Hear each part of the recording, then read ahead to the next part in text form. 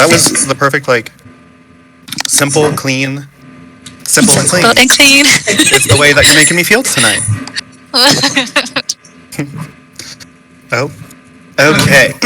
Are we recording? Yes. Oh, yeah. I see it. Okay, cool. So, with that being said, there is a knock at the door, and who decides to open it? What? Welcome back! Wait, what? What? Hello, Michaela. Hi, I think I came too soon, didn't I? Yeah, just a little bit, but it's okay. Okay, I love you though. Damn it! So, who decides to open the door? I guess Sarah can. Okay, She so hops Sarah, up from her hammock. perfect. And she opens the door, and on the other side is Jayla. Why is it that whenever there's trouble, it's always you guys? I mean, no, always us, right? To the time. I think you're allowed in here, right? Not my house. Well, this is my cousin's house, so... Oh, then you're definitely allowed in here. All right, well, I've got something for you guys. I mean... Is it eggs and sugar? Or flour? More like an invitation. Oh, okay. For Trigger. Oh. Wait, I look awkwardly over at him. Yeah, he's just kind of staring at her, and he'll like hold his hand out. She hands over the piece of paper. Do you explain how you got it? Do I explain? Do they want to know, or? Sorry, I'm like rusty. I'm rusty as fuck. Okay, sorry. Okay. Oh, Allie said bye. Oh, bye. Hold on, I just gotta catch back up. Okay. So I was just walking along, minding my own business, and then this vampire, I can't remember his name, but he gave this to me, and he wanted me to deliver it to this address, and I was like, okay, I don't know why here. So then I see the name well, I can't pronounce it, I'm so sorry, Trigger on the bottom, and well, I figured I'd be the one to hand deliver it to you. Here you go. Trig, do you open it? Yeah, but it's definitely one of those like holding it at arm's length, looking at her, and I'll just kind of flip it open to see what it has to say. Okay. On the inside of this manila, beautifully scripted invitation that smells of perfume, and this gorgeous-looking ink script, it says, Master Trigva, you are cordially invited to meet the Countess at Hotel Cortez this evening, 3 a.m. So he'll read it through thoroughly once, kind of scan it a couple more times, and then he'll flip it close and just look at her. He's like, so just some random vampire gives you a piece of paper to give to me? Yes, to you. I didn't really ask them any questions. I'm sure we figure it out later on, like old times. And there wasn't invitations to all of us? You got invited to a party without us? What? Trick, do you think we can come with you? I'm going to leave that up to you all. If it's from a vampire, this could either be a copacetic meeting, or you could be walking into your death. And I don't know these vampires. I'm not familiar with them. I don't know what their motives are. This sounds like a cake or death situation, and I'll choose cake and not death. Yeah, I'm good on the death too. We can walk you to your meeting and wait for you. I'm pretty sure my meeting's like in the heart of the vampire quarter, though, which means you would be surrounded by those who then don't know of me in return. Understood. Yeah, maybe you could also get insight about the werewolf situation in the woods too, since we had to get some flower thingy. Bud? Yeah. Root. Roots are flowers. Are they? He just looks at Sarah, and it's like one of those where he wants to reach out and like pat her head, but it's like No. Just looks away. Well, with my keen mind, what time is it right now, DM? It's just a little after midnight. You have 3 hours to decide.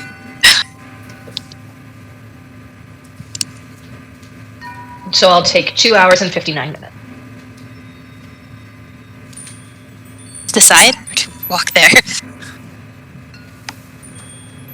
To Maybe decide. he needs to think about stuff. Okay. Well, fair enough. Oh, Are you sure you want to go alone? I know it's in the heart of the Vampire Central, but I don't like when one of us goes off on our own. Yeah. I feel like it's a bad idea. And Good idea as it may be, I will not be there. I will be otherwise indisposed. So are you saying that you are willing to risk your life and limb for me? No. yes, you're part of our group. He looks a little shocked at this.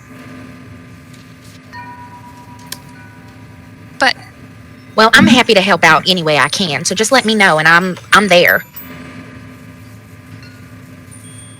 we know like anything about these vampires? Like, oh, they're the blood-sucking, human-killing kind. I know already, or we know already that they kind of like control like the witch thing around here. You know, the flu. So they control things. So they're the governing system. Maybe they're good. Or they could be working with the I can't think of Crusaders. their name. Thank you. Maybe they're working with the Crusaders. Yeah. But I'm not a witch. And Well- neither is Jayla. Well, I do know that, I mean, they're just pretty much capturing everybody and sending them to some kind of prison, no matter who they fucking are. I mean, it's any, I'm sorry, I didn't mean to cuss. You're good. I mean, it's just like a free-for-all for them. I mean, if you're in any way a magical creature of any kind, they will, I mean, take you and put, I mean, all I know is magical creatures are just going missing all over the place. So I doubt that they're probably working with, you know, the bad guys. Even humans? Well, you're magical. Humans with magic, probably. I mean, as long as you keep hidden, I'm sure you're okay. Okay. Yeah, I'm gonna stay here. Yeah, I don't want to do this. That sounds like a pretty risky thing. I am literally a magical creature with magic.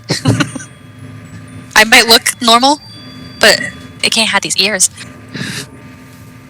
Well, I don't think it's the matter of ears. I think it's the matter of what color your hair is.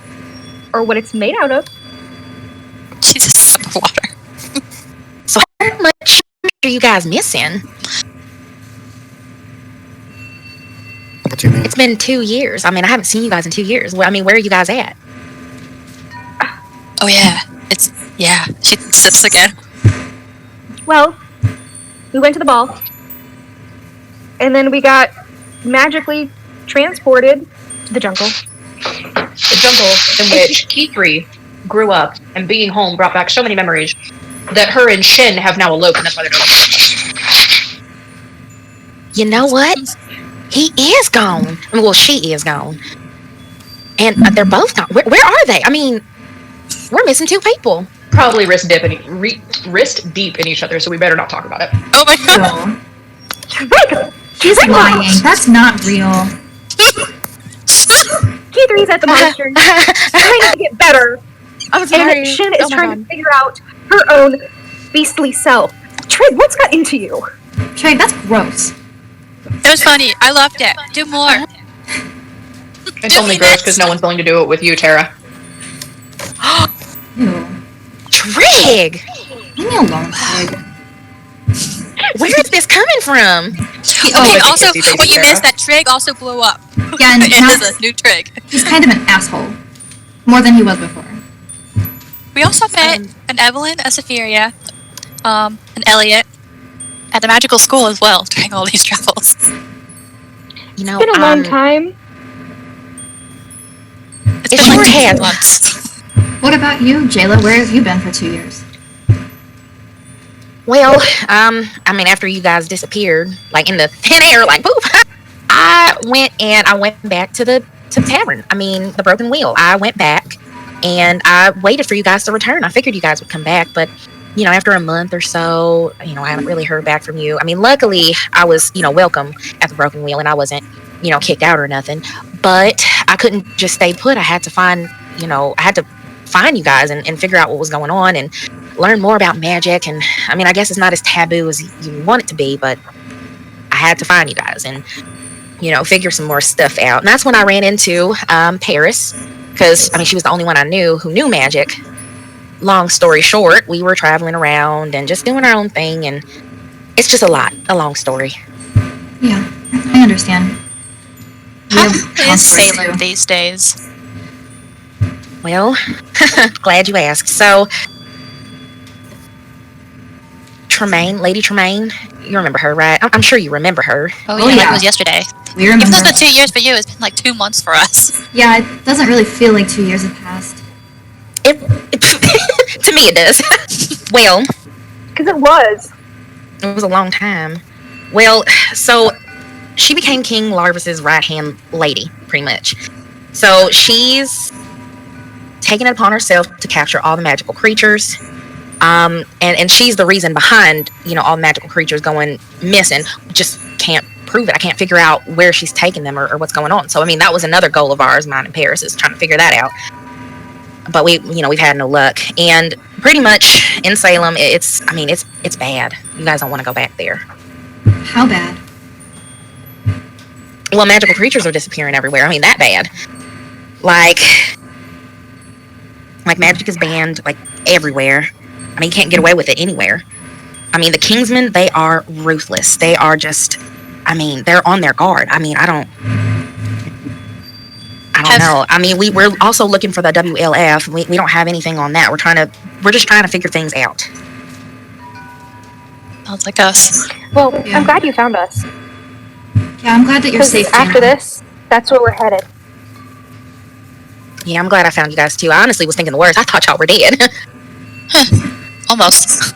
Almost a few times, but no, I think we're all okay. Except maybe for Key3, but we're all okay. Yeah. I'm glad to hear that, guys. I look at Trig and be like, aren't vampires technically magical creatures? Excellent question for our DM. Are vampires Okay. technically magical creatures? They are considered a supernatural, but you gotta remember, not everyone believes in vampires. Vampires are not, like, a thing that's believed in. To most people, it's just magic users. Even werewolves are kind of a thing of myth and legend. So, while in essence they have magical abilities, they're not technically a magical creature per se. But no one really knows of their existence, as well as no one really wants to fuck with a vampire. True. Literally, apparently. We could have an army of vampires, Trig. Oh my god. As Maybe she you says can make that, friends with he, these like, people. as she says army of vampires, his face will go, like, stone cold and just, no. Well, one day I could ask Faye to help. But good luck with that. Well, Trig, I think you have a decision to make. And I have exactly probably 2 hours and 30 minutes to do so. Thank you.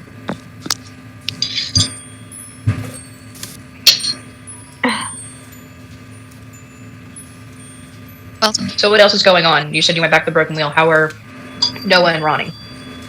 They're fine. Running the Broken Wheel is normal. I haven't heard from them in years either. I mean, I haven't looked back. I hope they're doing okay.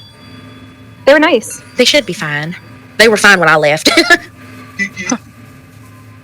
and they're pretty normal. They don't do the flu. Mm-mm. Oh no, they don't do any magic. They're good. Yeah, well, that should be good. By chance, when you're in the room, did you take Madame Leota with you? No. No. Aw. Damn, but we definitely have to go back and retrieve her because we are dicks for leaving her. So Yeah. And she has the same last name as me. I think she's like my grandma or something. that makes perfect sense. I see the resemblance. Do they look alike at all? What does Madame Leoba look like? Probably similar. Sweet. You didn't bring her though. We should. I do think we should go back and find her, if we can. But maybe not if Salem is as dangerous as you say. But we have to go back to Salem sometime. Yeah, I guess so. That's where WLF is. It's there? That's what we think. 2 years ago. Well, I'm sure things have changed. I've been looking for them relentlessly for pretty much the past year, but still, I've been looking for them relentlessly. We don't really have Our any only great lead- leads. Yeah. But Trig, I really think you should make a choice so we could head there. If need be. Yeah, no offense, but we don't really have a lot of time to waste right now. So let's focus on something else. Well, I know there was someone there who really, really wanted to see you, Triggs. So, I mean, I don't know who this person is. I think she's like a countess or something. I mean, he did mention that, and that's pretty much all I can remember. I can honestly Countess? say I have never come across a female vampire in all my years. Yeah, well, he said it was important. That's all I got.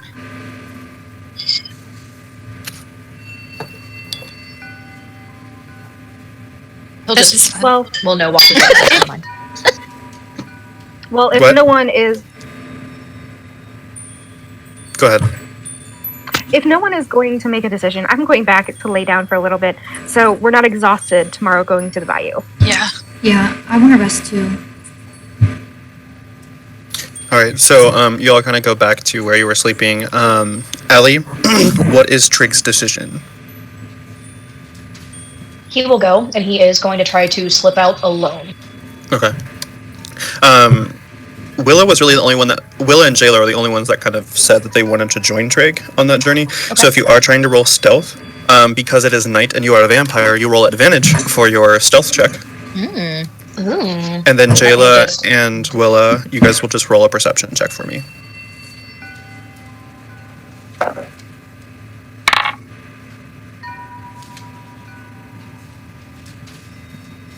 $17. Dirty 20. 17. Okay. So Trig is able to get past you guys without notice. Wow, what an ass. Welcome back. So, we can either, Ellie, you and I can chit-chat about what happened with Trig's night at the hotel, or we can go ahead and roleplay this now. Up to you. Let's... Okay, when you say now, are you talking like now, or is there something that you could do with the group kind of like leading up into that so I can get into headspace? No. They're kind of Okay. sleeping right now, so... Sleeping right now? Yeah. Okay, then let's... Totally up to you. Does not bother me either way. Well, I feel absolutely terrible because I was a chicken shit and backed out of the last one, and the group roleplays in front of me. So yes, let's do this. Okay. Okay. So, 3 a.m. I see that smile is. She's excited for this moment here. Hell So you manage to slip out into the night of the apartment, and you kind of pass along the revelers. Most of the bars and stuff are closed up by this time. And you make your way to the address that was on the invitation, kind of thinking about who this countess is. You have a faint idea with the smell of the perfume. The smell of the perfume is the same smell you smelled every time you've seen this mysterious woman in your dreams and in your communications with her. So you're kind of assuming that maybe this countess is this woman. So eventually you head down to Ascension Parish, and you see this beautifully like Art Deco, the juxtaposition between the French style of New Orleans mixed with the Art Deco of maybe New York City or something like this. Kind of just almost feels out of place, but you feel a sense of home, a sense of belonging, a sense of ease as you head up into the doors. The interior of this hotel is very Art Deco. The golds, the blacks, the intricate designs. The carpets are all fleshed out, and you are seeing a lively abundance of vampires. You can tell that they're vampires, and they're just everywhere, basically. You kind of look around the room. There is a check-in desk. There is a small jazz quartet band playing. There is just everyone looks to be just absolutely enthralled in the night. You see some vampires with a human thrall, who they seem kind of glazed over as if they've been charmed or something along those lines. Maybe you're seeing bite nicks on their necks or arms. But yeah, it's kind of this open lobby area. Where do you head? I guess I'm going up to the front desk. Okay, so you go over to the front desk, and there is a young-looking vampire, bellhop, in the maroon, outfit, the little bellhop kind of hat that they wear. It says, "Welcome to the Hotel Cortez. Checking in, checking out, visiting the bar." He will look him up and down, but it's more of a sizing him up than like checking him out. And he will produce the cream-colored note and kind of open it and slide it across the desk. Ah, interesting. There is a glass of B positive up in the lounge. She'll be waiting for you. Welcome to Hotel Cortez. Okay. Are directions to the lounge marked? Like, do I know where I need to go? Follow those steps up past the mezzanine, and you'll see the pointing lounge, the Black Cat Lounge. It'll be on your left-hand side. Okay. Did you hear that? I didn't like that. No, I heard it. Yeah, we're good. Okay. I'm trying to mute myself because my mom and I were finishing up dinner. I apologize. Oh, you're fine. You're fine. So he will climb the stairs, and instead of going straight to the lounge, once he gets up there, he is going to kind of wait at the banister and kind of observe everyone for a moment before turning his back and heading over to the lounge. Okay, you kind of see the glitz and the glamour of Hotel Cortez and all the guests that are milling around, and you're enjoying the ambience of this jazz quartet and listening to the this bard croon about some love song as you head into the Black Cat Lounge. It is deep, dark velvets and fuchsias, and there's a couple people milling around. Most of their glasses are filled with a dark crimson liquid, attributed to either red wine or blood, obviously. The bar is kind of a wraparound, and you see a very handsome-looking bartender, low-cut shirt. I mean, you can see his chest as he's cleaning off one of the glasses. Do you approach the bar? Do you sit down on a table? I will. How many other people are up there besides the bartender? About 3 vampires. Okay. But they all it's seem to mind their own. Oh yeah, they're not paying attention at all. Okay, cool. I will go to the bar. Okay, so you sit down at the bar. The bartender notices you, and he saunters his way over, and he goes, "What can I do you for, handsome?" He'll kind of give a chuckle and then just whatever you have.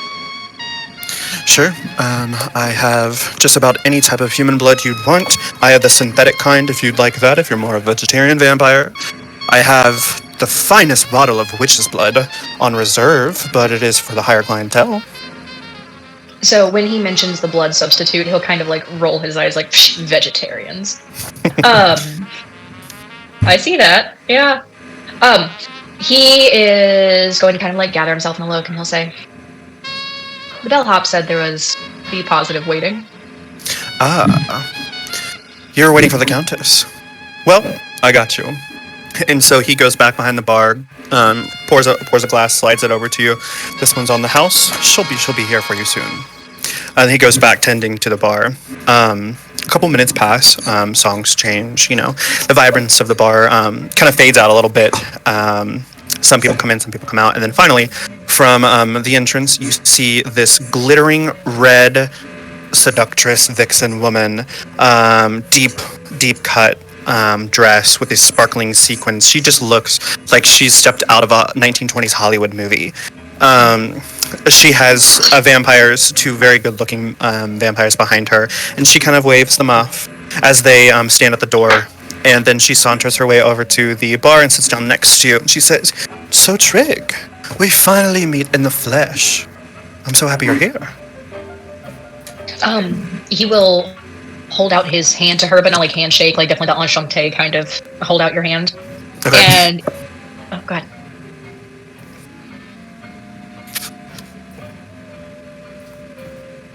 Okay. And he will say, "Forgive me, I don't have the pleasure of knowing your name, though you know mine." Oh, I'm so sorry. My name is Mariana. The people around here call me the Countess. This is my hotel. And she extends her fingers, painted a crimson, very sharp, almost claw-like fingernails, as she reaches for his hand. You smell the perfume from the invitation and as well as your dreams on her. So, I'm glad that you came. We have much to discuss. Now, we can talk here, or I can take you back to the VIP area where it will just be the two of us. What do you prefer?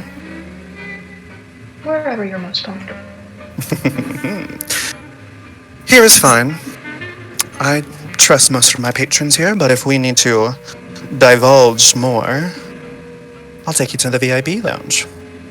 But the reason I bought here is, one, not to admire your very handsome-looking self, but you know Lady Morgana, yes? Yes. She's the one who attuned your daylight ring, I suppose? I do believe, yes, that is correct. Well, it is I who is your new mother. I know of Lucifer and his dealings with you, and I would like to make a deal. I'm sure you want to get rid of Lucifer, yes? And be in control of your own body? He just arches an eyebrow and gives her a look of interest. My dear, Lucifer, I remember when he became a vampire.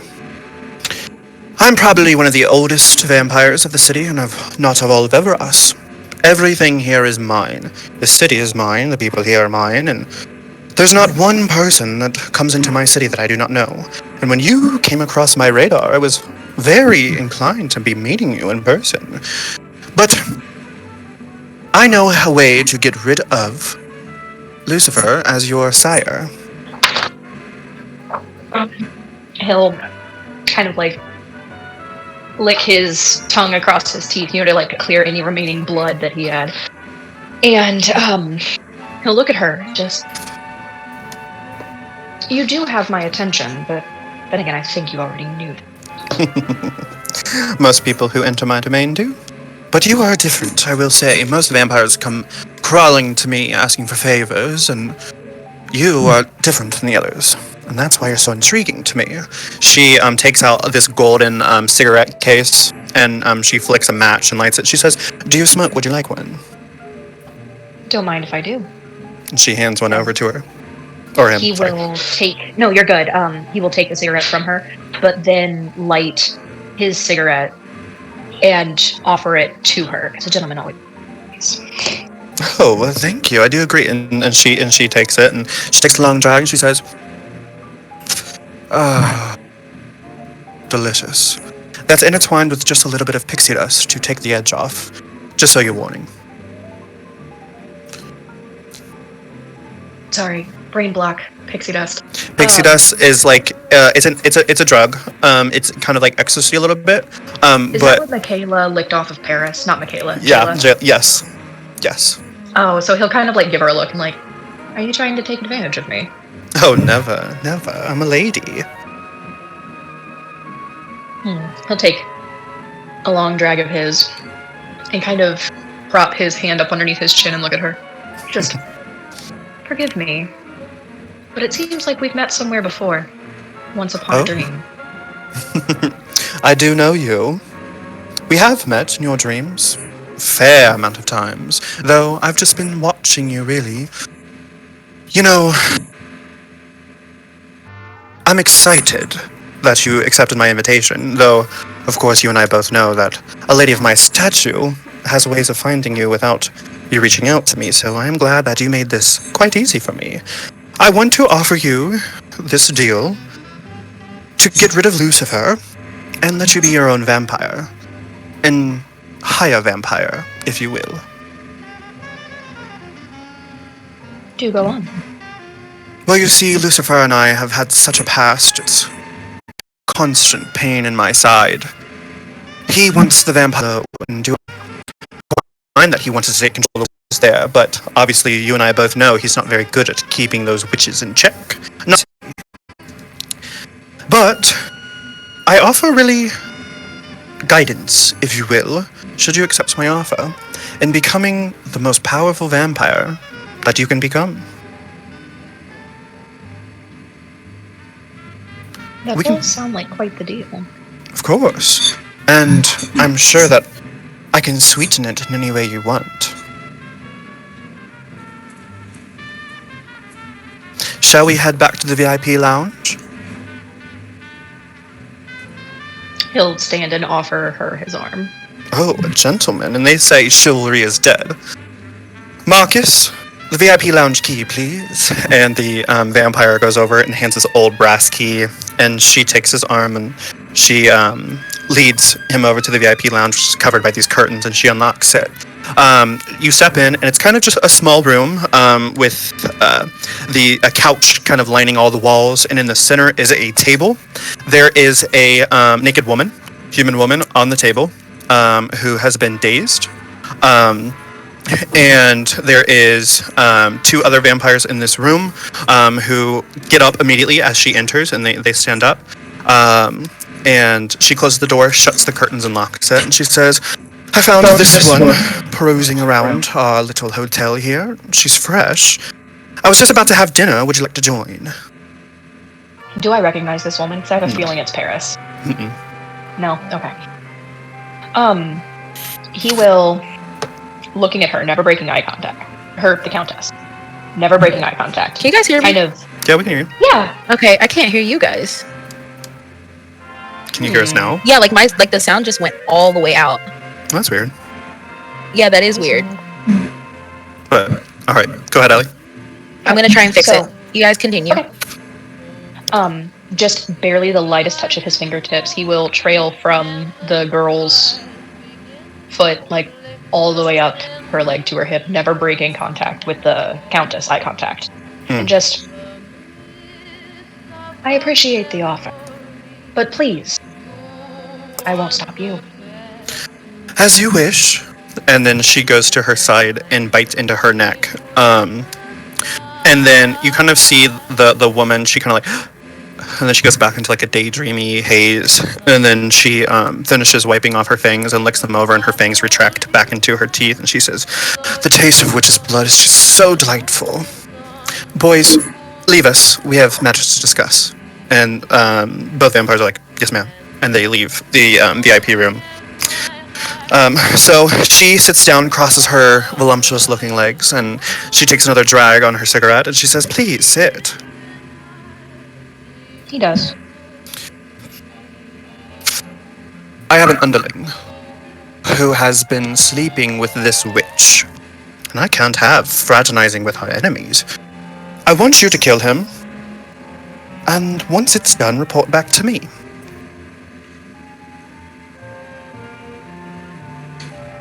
He kind of adjusts his shoulders. And... Now, Countess, I don't wish to give you the wrong impression. However, I am here on other business. I see. Making dealings with a shadow man and a witch in the quarter?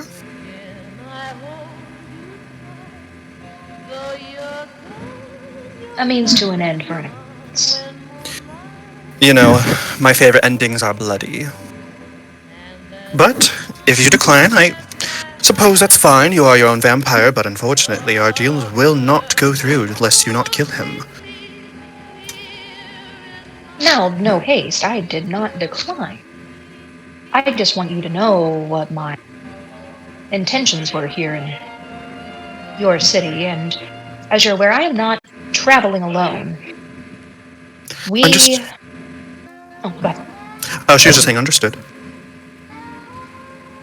There are some within my party that are wishing to fraternize with these witches, and I believe werewolves actually trying to get their hands on something that was asked, which, since you're aware of the deal, you know it. You want to deal with those mutts, I hear. Well, I suppose that's fine. My deal is extended. Just don't leave the city without doing what I ask. That's all. In the timeline. Well, I would like to have him disposed of by the end of Polygra. 3 days' time. You got it? 2, technically. Is that ample enough time for you, my dear? Depending on the task, but for this, I do believe that would. Perfect. I shall send a courier with the information on this vampire and where his whereabouts are. I don't have them delivered just yet, but in due time. I'll have them by tomorrow evening. That will give you at least 24 hours to decide. And don't worry, Trig. I will not be mad if you decline. Just know that... a little bit. With a person of such your stature, I believe we could be good partners.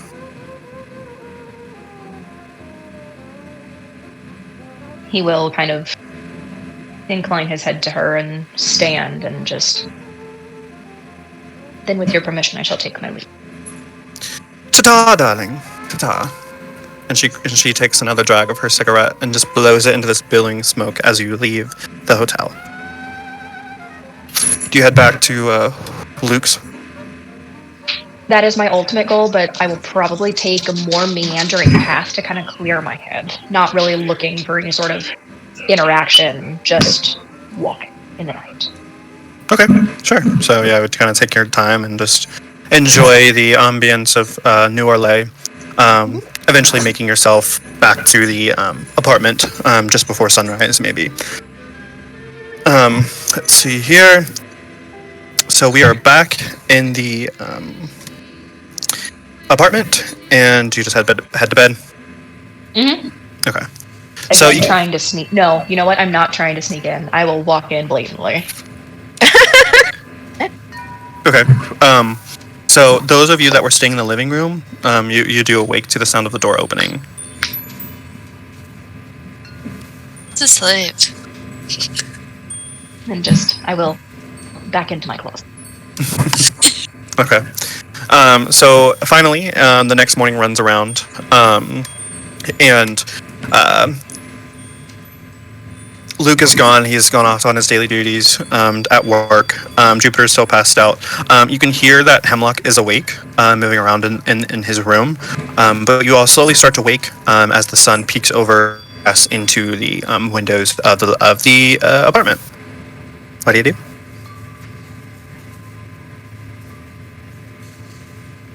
You're muted, Lauren.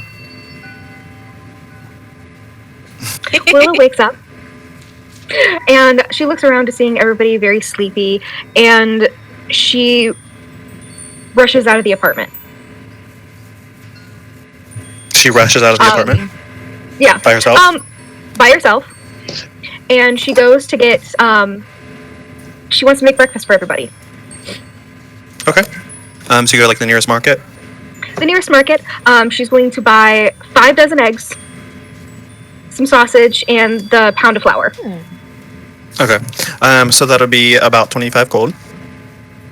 She pays it and she hurries back. Okay. You see her enter the apartment carrying all of the ingredients from the market, and she's starting to make breakfast for everybody.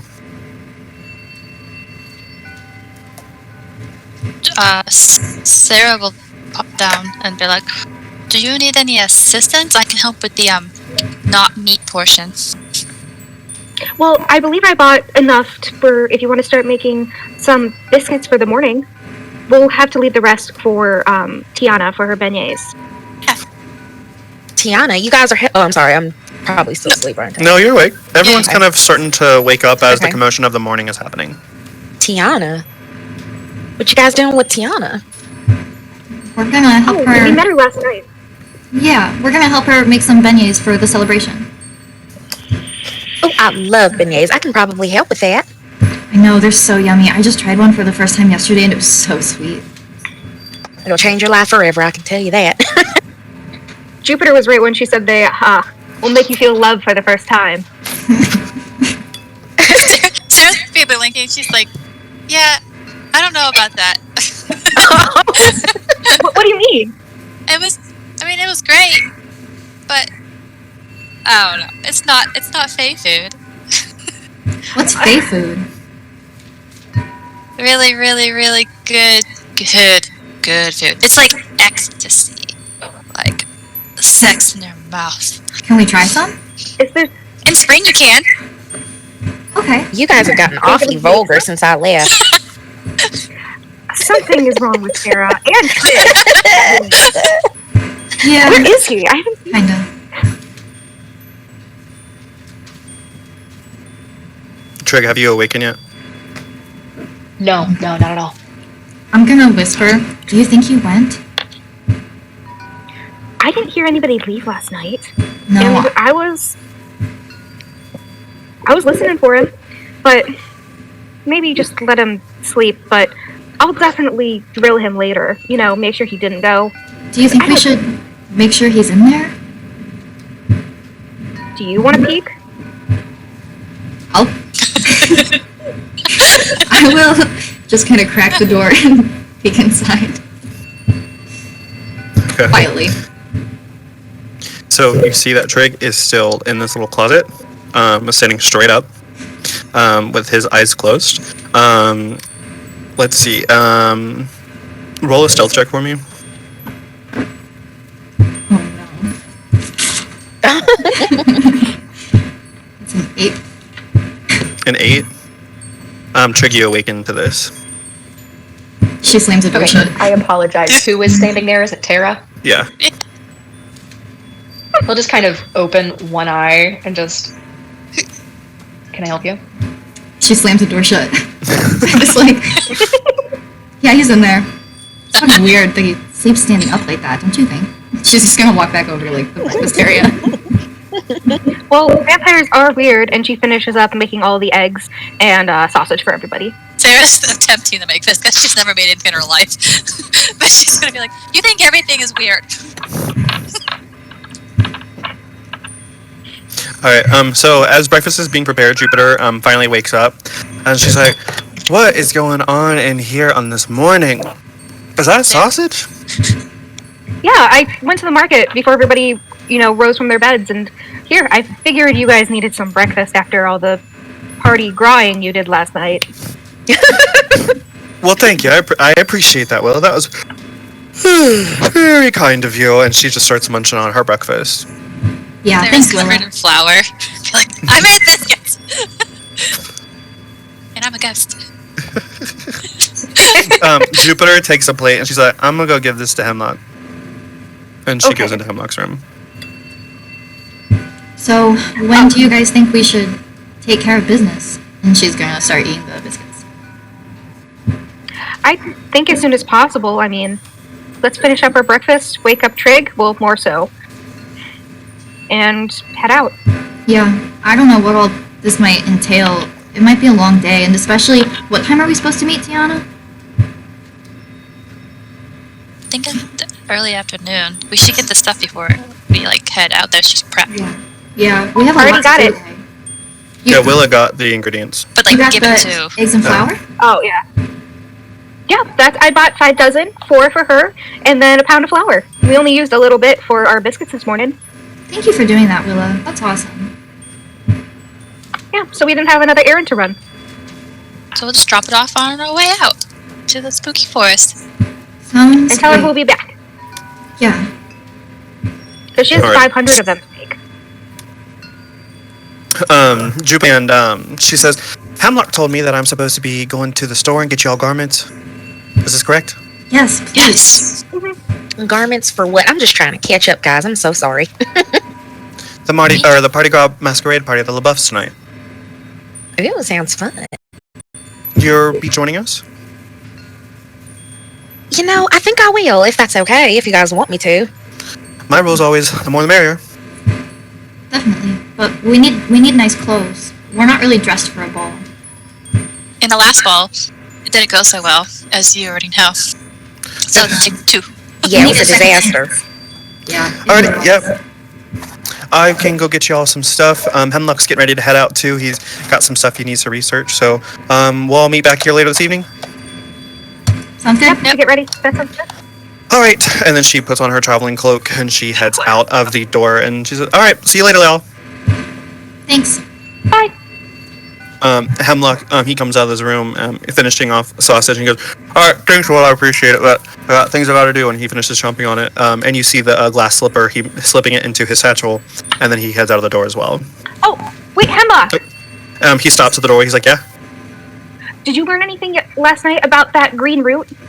nope." So what? None of it was in my books. I'm gonna try to check out, see if there's a library of some sort around here.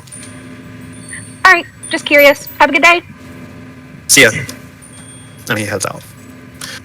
So you all kind of gather your things and get ready. By this time, Trig has, kind of come out of the closet and has gathered you guys' things, and you head down into the city, where you follow the directions of Tiana's address, drop off the ingredients to her. She's very thankful.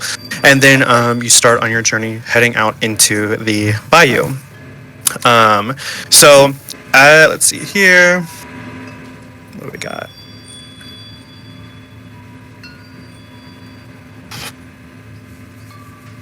Okay, so the the cobblestone path out of the city is a short ways into the woods, where kind of like the early afternoon sunlight sifts gently through the trees. The bayou's air is much more humid, even for kind of the late winter weather. The sounds of like crickets and bullfrogs take over as the sounds of the revelers and jazz from the city disappear as you make your way deeper and deeper into the Devil's Bayou. Eventually, you come across a wooden outpost sign that's written in kind of a paint that says Alcide's Hunting Lodge, and points in the direction deeper into the bayou. Do you head that way, or do you continue on the main path? Should we check out the hunting lodge? They may know where a group of people are living in the bayou. Maybe. I'm not opposed. Okay. So you guys follow the dirt path, kind of keeping your guard up, and then you approach this large wood cabin building, and there is a hulking-looking man who's leaning against the wall, like kind of glaring at you guys. He says, "What do y'all want?" Oh, hi, sir. We just wanted to know if there is a little town out here in the bayou. No. Really? I heard there was. Then you're mistaken, ma'am. What about creatures of the night that are hairy and have fangs, but are like kitties, but dogs, but humans? That was a really roundabout ass way to say werewolf. Oh, good, you know what they are. Yeah, you're looking at one of them. Oh, perfect. Nice to meet you. Shows her hands out. He looks at her hand and like spits to the ground next to you.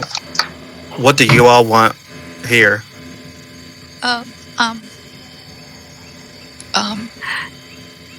We were, just looking for, possibly a trade with you guys. Wait, that's looking for no okay. trade. Nothing at all? Nope. Our kind deals with our kind. And also, I ain't making no deals with no dead walking dead. Well, Oh, Trig, he's harmless. Oh, absolutely. I'll talk of that to my little cousin who was murdered by vampires. You can't judge one of them for everyone. Sure, Everyone absolutely. I'll take that up with our alpha after we were kicked out of the city by the whole entire Countess clan. We ain't welcome in the city. That mean. Yeah, but there's a lot of worse things that lurk out in the bayou. Like what? I don't know, hungry werewolves ready to attack y'all. Isn't that you? Might be. We used to have a werewolf friend. She was a were-tiger, I don't give a fuck. but she was really cool. Oh. Okay. And what does that have to do with me? Nothing. We're just... Sir, we would really like to trade. I know you said you don't trade with others that are not your kind, but we're really looking for this special root. What could you possibly offer me that I would want to trade you or not, Root? What kind of stuff would a werewolf like yourself would want? So you have nothing to offer. Gotcha. I have gold. I don't give a shit about your gold. So, I tried. just to be clear, you guys harvest the knot roots, correct? Yeah, what of it? What's your use for them? Do you resell them? Like, what do you do with them after you harvest? I think that's none of your damn business. Well, I'm saying if you sell them, I'll buy it. I mean, We don't sell nightroot to nobody but our own. but you're kind. Okay. What's your name? What You cut out. you need to know that for? Well, I just wanted to get to know you, I guess. My name is Tara, and I know that it's not easy to live in the bayou. I lived here too. You one of them voodoo witches? Or just an idiot? Neither. Well, I don't smell werewolf on you. Yeah, like they said, we had a friend who was a were-tiger, but she is not traveling with us right this second. So, what's As your she name? Are you part of the Rougarou pack? I am part of the Rougarou pack. Love it. My name is Curtis. It's nice to meet you, Curtis. How long have you guys been living out here? Probably the past decade. It's terrible. Yeah, well, we make our own in the bayou. It's not too bad once you get used to all the things that lurk in the dark and you become the supreme predator of the Devil's Bayou. I know what you mean, but I never really got to the Supreme Predator place myself, but I did manage to get out of the bayou. And Okay. I am looking for the night route because I would like to stay out of the bayou, and the night route might help with that. Okay. Well, it's not my decision. I can let y'all in, but not that fanger. That's fine. You'll want to talk to our alpha, Alcide. He's the one in control of nightroot growing. Okay. Thank you. I really appreciate the help, Curtis. Yeah, you'll be thinking once you're dead on the floor when the hunger path werewolves inside wants to eat you.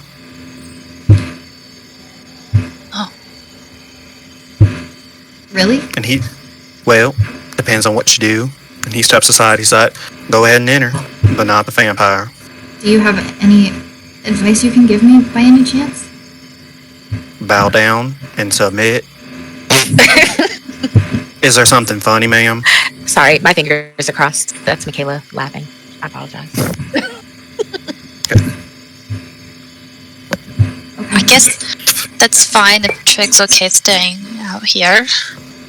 I can not message you because I can't do that in this parts of the town because Fluffy doesn't work or whatever. You guys don't have to go in if you don't want to. But what can you offer them? I don't have anything to offer them. Not even gold. Well, I'll go with you, Tara. Thank You're part of the you. group. Thank you. Okay, I'll see what I can do too. let's do this. Okay. Okay. So you guys all enter the hunting lodge, except for Trig. And you kind of see just the smell of testosterone is filling the air. There's pelts and animal hides on the walls, a big fireplace, a whiskey bar, kind of in this hunting lodge. They're all kind of milling around, talking, chatting, and as soon as you guys enter, they all just kind of like look and are like, "What?"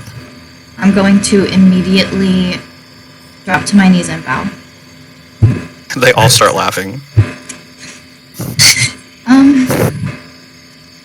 What's Eventually, yeah. So, parting the ways is this hulking, massive man with this long beard and bald, shaved head, and got these alligator necklace on. And he's like, what can we do for you, pretty lady?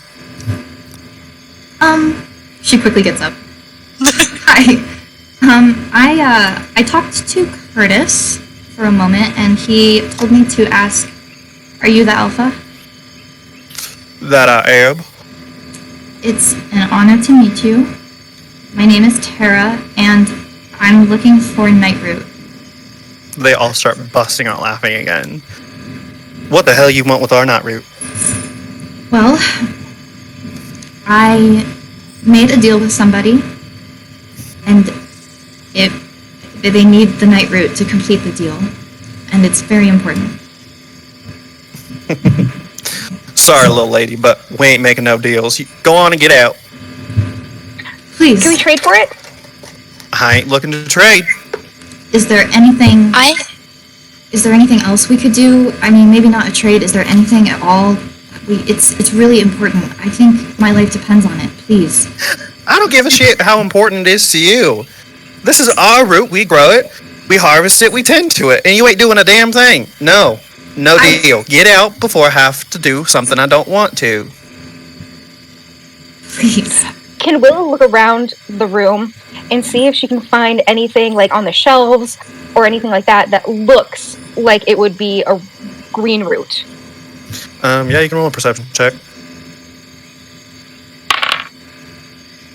16. So what you're seeing a lot around in this main area of the hunting lodge is bottles of whiskey, bourbon, beer. You're looking around like for jars of a green root, and you don't see anything like that. Elsie Alpha, I have a question for you, actually. How were your past 2 summers, like your harvests and stuff like that? Why do you want to know about our harvest in summer? I have friends that I know that can make your bounty more plentiful if you just allow us to have 1 root.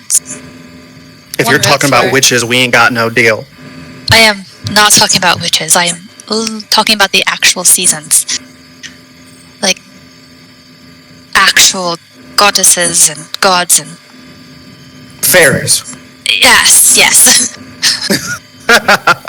You think I want to do something to do with fairies? Well, I could help your harvest in exchange for 1 root. Prove it. Okay. She'll go to this random place in this class Judecraft, and this like a bunch of flowers just poof off.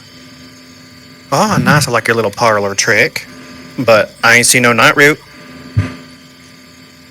That is because I need to actually know what this fruit looks like. I have never heard of it before.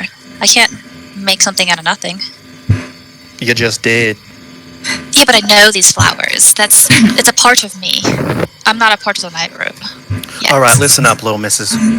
I'm grow tired of the impatience in our conversations. You got the count of 3 until I stick every single one of my bloodthirsty werewolves on your ass. You hate the voodoo witches, right? I fucking can't stand them. You know Nyx? Fuck that bitch. We're trying to take care of her. Oh, you're gonna kill Big Bad Miss Nyx. Okay. I don't know, but we're gonna try. She raised me, and I got away from her, and I need the night root so that I can stay away from her and get on top of the situation. What makes me believe that you're not gonna run back to Miss Nyx with my night root? Because Nyx is a horrible, horrible person. And she ruined my life, and I want to kill her. And I mean that. All right. I'll consider it. Hey, Cal. Come on in here with some night root. And there's a little bit of maneuvering around of the crowd. And this young-looking man, shoulder-length hair, kind of wavy brown, very handsome, very charming-looking. He's got a little bit of dirt on his hands, and he's wearing this plaid flannel shirt. And he's like, yeah, what's up? And he says, we got these little witches, or these little women in here, saying that they want to dispatch Nyx, and they need some of our night root. Go ahead and give it to him. And Cal's like, okay, are you sure? And Alcide, he's like, did I fucking stutter? He's like, yeah, absolutely, yes, sorry, Alpha. And he bows his head down and goes over to you, Tara, and he says, here's a night root. Are you sure you know what you're doing? She accepts it and says, yes, we know exactly what we're doing. Okay. Thank you. That makes so me much. not feel safe. Why? Because no one knows how to handle night root other than a werewolf in the Ruru clan. We're not handling the night root. It was part of a deal to get an amulet that's going to defeat Nyx. We're just trading... Alcide steps over, he says, and who is it going to? A friend who also hates Nyx. And when we...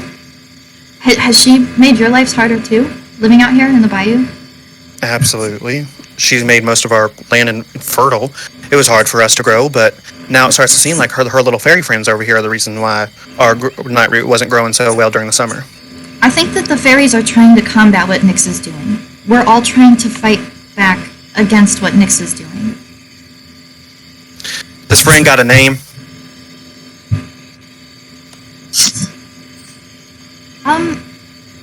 Not really. You're not making me trust you. Most people just call him the Shadow Man. There's like a low mumbling of whispers and speak between the pack. And Alcide, he steps up, just towering over you guys. He says, "You messing with voodoo. I knew I shouldn't have trusted you." No, it's not like that. You can trust us. Nah, I can't trust y'all. Good thing that night root ain't even real. Get the fuck out of my hunting lodge. What? Oh yeah, I knew I couldn't trust you from the moment you all walked in. Get out. Tara, let's just go. It isn't worth our necks. I'm really sorry about your crops. I didn't mean to. And she walks out. You start to hear them all growl, and Alcide steps forward. You see the flicker of wolf eyes come across his eyes. Last chance, little lady. Willa leaves. I leave with Willa without a word. Jayla, you staying? I'm gone. I'm out of here.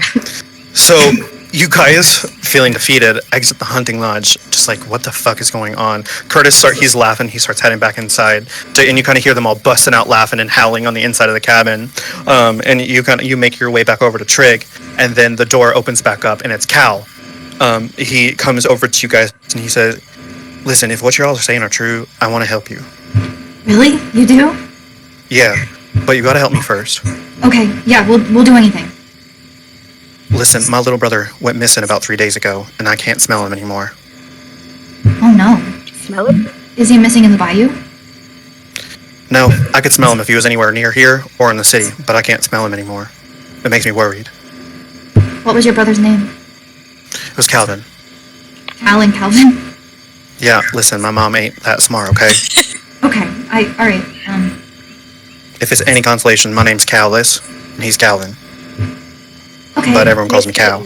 So, thank you so much for being willing to help us. Do you have any leads about where your brother might be? Knowing my brother, he used to get in a lot of trouble, so I'm thinking that he has to do something with the inside of the city. And if I can't smell him, that means he might be gone. Or there's a ward. And the only person I know how to do wards, witches. Right. Which we know, well, voodoo, any magic, is the Shadow Man. Oh, Jupiter and Hemlock. And me. Yeah, but Listen. they wouldn't. We just need to find him, alright? I'll get Yeah, you your of night route course. if you help me. Of course. We only have a couple days. I don't know if you know, but there's like a parade happening, and if we don't get the night route by then, the Shadow Man is, I don't know, I think he's gonna kill me or something. But we'll find him quickly. Or get back to you with information, at least, in the next couple days. Okay. Does he look like you? Yeah, what are we A little looking bit. at? How old is he? You said he's your younger brother? Yeah. He's about 18. Little shit, honestly. He does kind of look like me. A little bit shorter hair. Same color, though. We'll see what we could do. What kind of trouble did he get into? He was always causing trouble for our pack. Got one of us killed, and that wasn't too good on Alcide's side. But I had to back him down from that. Alcide's kind of a dick. I noticed. Oh, Yeah. But I have a feeling once we break the ward, I'll be able to smell him again. Okay. you said we. Are you coming with us? Oh, absolutely. Really? Okay, good. We need all the help we can get. Cool. Alright. So, take me to your witch friends. Okay. I Welcome to hope the they're team. back by now, but Nice to have you. Yeah, thank you again. This is gonna be great. Cool. And just so, Mr. Vampire, I don't really care about your kind, and I'm sure you guys don't care about my kind either, but I sympathize. I know what it's like. And he looks at Trig.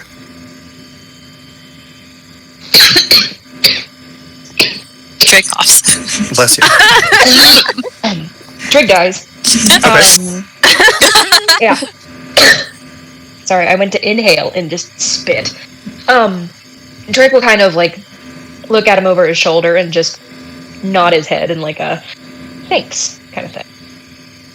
All right, lead the way. All right, and you guys head back to the city?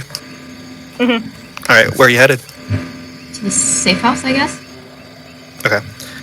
So you guys head back to... Okay. So you guys head back into the city and back into the safe house, where it's been a couple hours since then, and you see Hemlock Jupiter. She's got all of your guys' outfits, and they're all steamed, and they're looking nice. She's got them hung up in the living room, and she turns around, she goes, "I didn't expect you guys back so quickly." Well, we didn't exactly succeed, but We found a friend. yeah. This is Cal, and we're gonna help him find his little brother. Pleasure to meet your acquaintance, ma'am. And then Jupiter's like, "Oh, enchanté. So, how much does he know about everything? Because I know it's more the merrier, but..." He We is actually gonna need help a us. witch. And He needs Okay. some ward to spell his brother. yeah, Okay. he Do needs you know our how to help. break wards? Oh, He's- yeah, Enchanter's Class 101. It's so easy to break a ward. Do you have something from, like, the person you're looking for? And Cal's like, "Yeah, I got this." And he takes out this little crocodile tooth necklace. And she's like, "Okay, we can't do magic here, but I do know a way of breaking a ward without magic." How? Well, as long as we know who cast the ward, there's just a little bit of Epsom salt that we can sprinkle over the object of the person who's being warded, and that usually dissolves most wards. We don't know the witch. Okay, so magic route it is. Okay, well, we'll just need to leave the city. Go back to Go the back to the bayou. bayou? Well, yeah, that could work. And Cal's like, "Okay, yeah, absolutely. Anything that we can do to get him." And she's like, Is it- "Okay, well, is what safe?" Cal, is it safe to go back into the bayou? I mean, your wolf alpha man wasn't too pleased with us. Well, as long as we don't go on his hunting grounds, I'm sure we'll be fine. Well, let's make sure we're not in his hunting grounds. Let us know if we're close. Yeah, once we get out of the city limits, we should be able to cast it, right, Jupiter? And Jupiter's like, "Yeah, absolutely. I should be able to feel when we're out of the city." So you guys all head back out into the bayou, and take the same path you did, and kind of traverse just into the threshold of the bayou. And Jupiter's like, "Okay, I feel it. We're good." And she takes out this mason jar. She puts the crocodile tooth inside of it, and she goes, "Well, hopefully that if this is simple, we should be all right."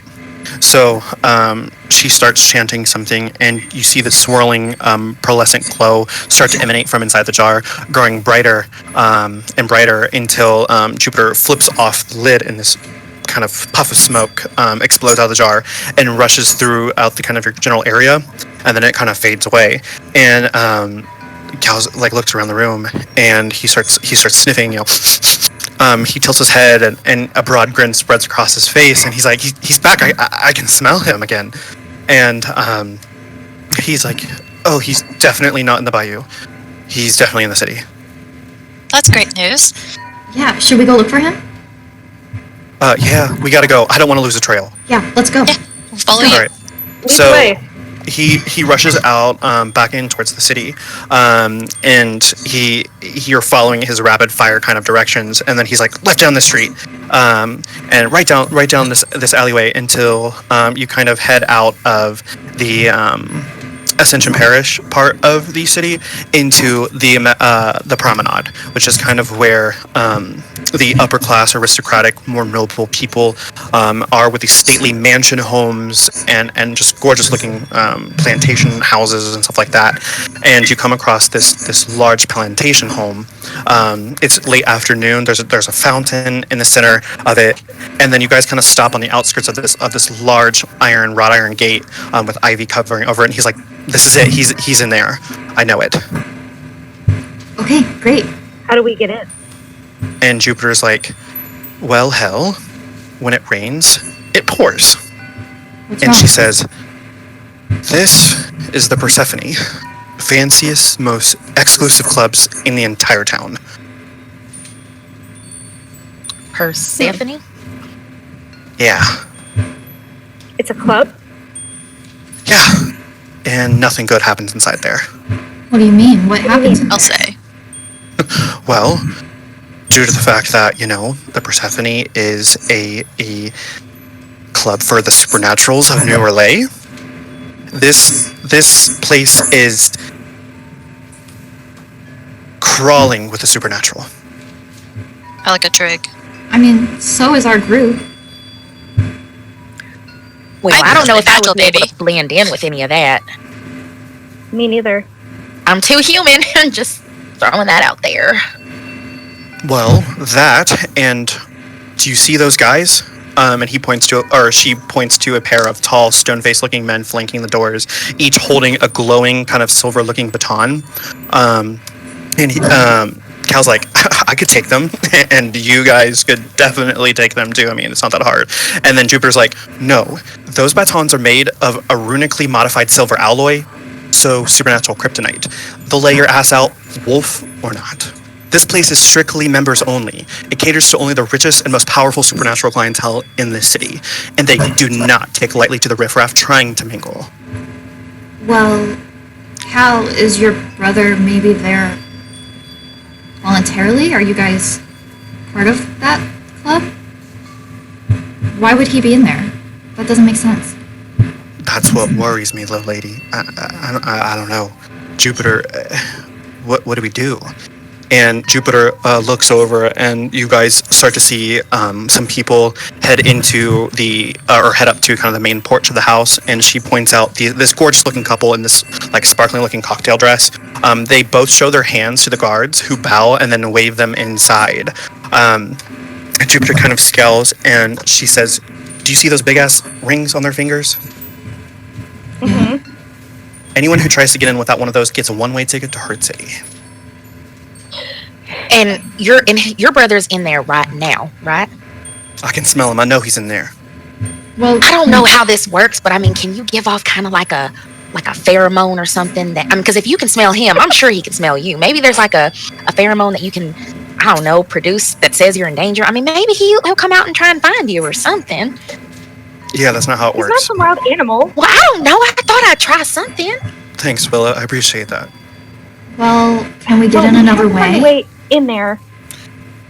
Maybe I say don't we try to go get one of those through- rings. Jupiter, how do we get one of those We rings? have the dresses. And Jupiter's like, "Well, you're going to need a whole lot of green and even more connections to get one of those rings. Do you mean green as in night root or green as in money? Money." Shit. And supernatural beings like pretending to be better than each other just as much as humans do, if not worse at the Persephone. Is there any other way we could sneak inside? Well, maybe we can like camp out a little bit further down, and hopefully maybe we can find somebody with a ring, and like we can like knock them out, and we can like take their rings or something. I don't know. What if we I have took an out the idea. guards? You said Guys, what? I have an idea. Go ahead, Willa. The floor is yours. And Cal smiles at her. Oh, You know that glamour spell, Jupiter? Yeah? What if we get some cheap rings? Glamour to make them look like them. We have those dresses. We could fake our way in. Yes. That It's a would work. possibility. Unless they have any wards protecting them, but that's a good idea. Can you tell? Can you detect a ward? Could you break it like you did the other one? Yeah, I can't break a ward on something that's protecting an entire house. That's a little bit kind of more not me. so so we can't talk to the guards at all. They'll just attack us if we go up to them without a ring. So you're more than welcome to die tonight if you want to. They would kill us? I thought I'd even to ask a question. Trust me, you don't want to go in there not knowing what you're doing. Well, not in, but just to ask the guard a question or. What would you No. even ask them? I don't think they're that kind of people who answer questions. Do they recognize royalty? Possibly, but if you don't have one of those rings, they don't care who you are. And we can't cast magic here, right? I mean, flu. No.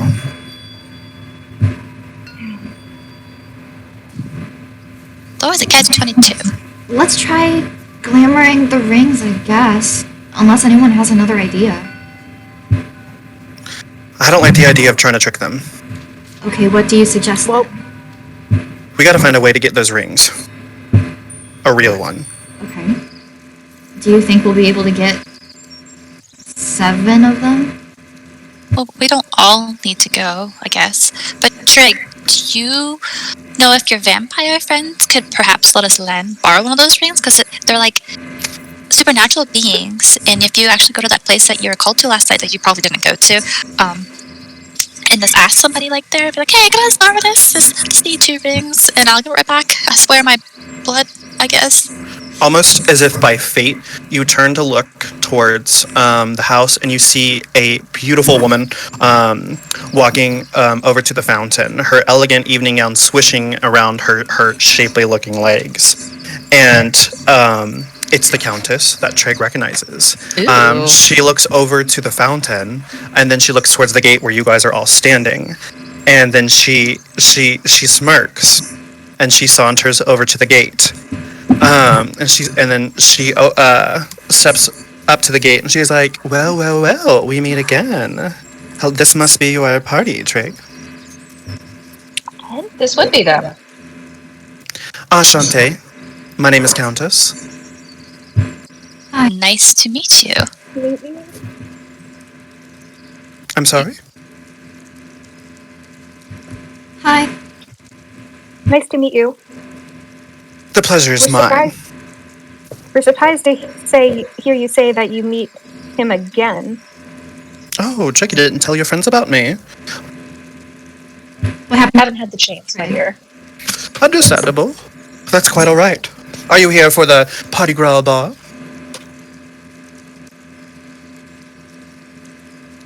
Wait, the ball's here? Oh, there's parties going on all around the city, but anyone who's who goes to this one. You're not talking about that low-class human party at LaBeouf's, are you? Well, it We seems hope they were the we are, same. except for the fact that we didn't receive an invitation to this one, and we can't exactly get past the guards. I do have to admit I'm surprised you had managed to find your way here, but I suppose even you wanting to get in here could be something I could assist you with. I'm sure you need one of those rings, yes?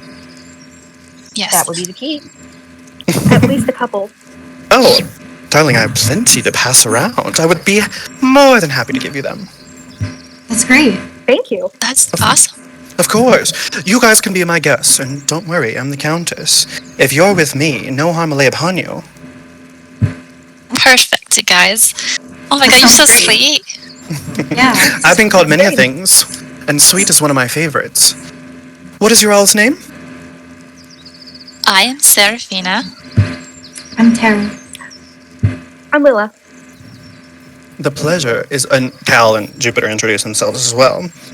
And she looks over at Cal and Jupiter, and she says, My, though, quite a riffraff you have here, Trig, but all of the notions aside, it is Party Gras, and I'm feeling generous. So here, and she pulls out this silver-looking thing. She goes, here, I have plenty enough rings for each of you. Oh, my, not enough for the witch. I do apologize. And Jupiter's like, okay. You don't have enough for all of us? Sorry, but looks like we're just missing one. And Jupiter's like, that's fine, I don't need to go in there.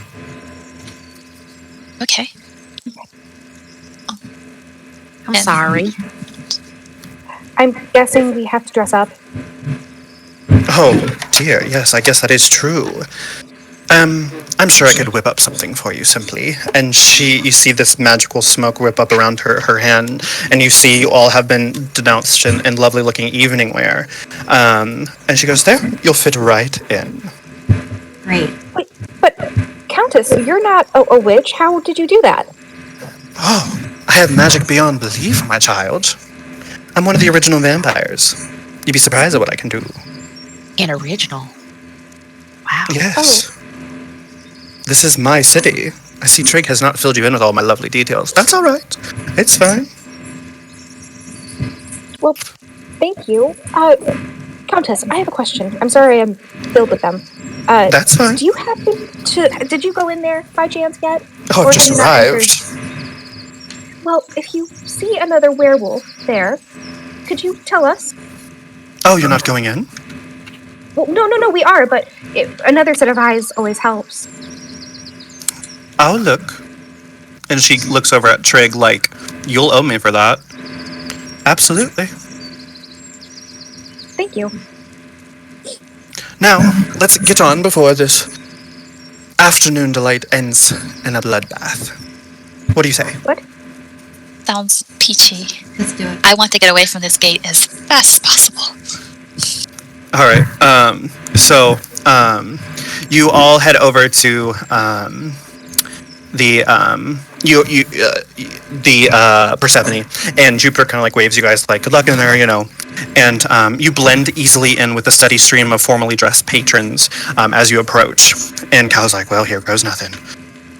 You flash your rings at the Garves, and they wave you through, and you catch one of them staring as you pass, and they're kind of like, I wink. oh, look, very good. Here, let me get some ambience I'll going. be right back, guys. Yeah, you're fine. Let's see.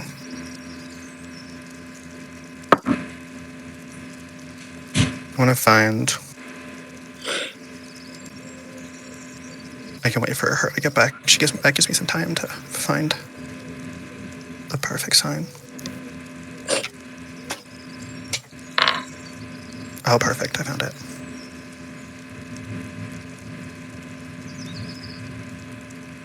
Oops. Okay. I can wait for her to get back real quick. I think Tasha said that she might be able... So that That'd be too. great.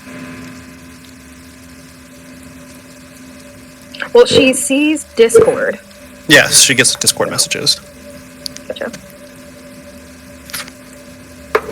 Ooh, what? Did I click on the right video? Yes. Maybe? Real spooky. Oh. Well, it is the club for the supernatural. True. I am super just natural. Oh, here it is. This is the one I was listening to. This is like detective. This is Quo written all over it. There we go. That sounds better. Much more classical. Oh, wait. I think I actually have something saved.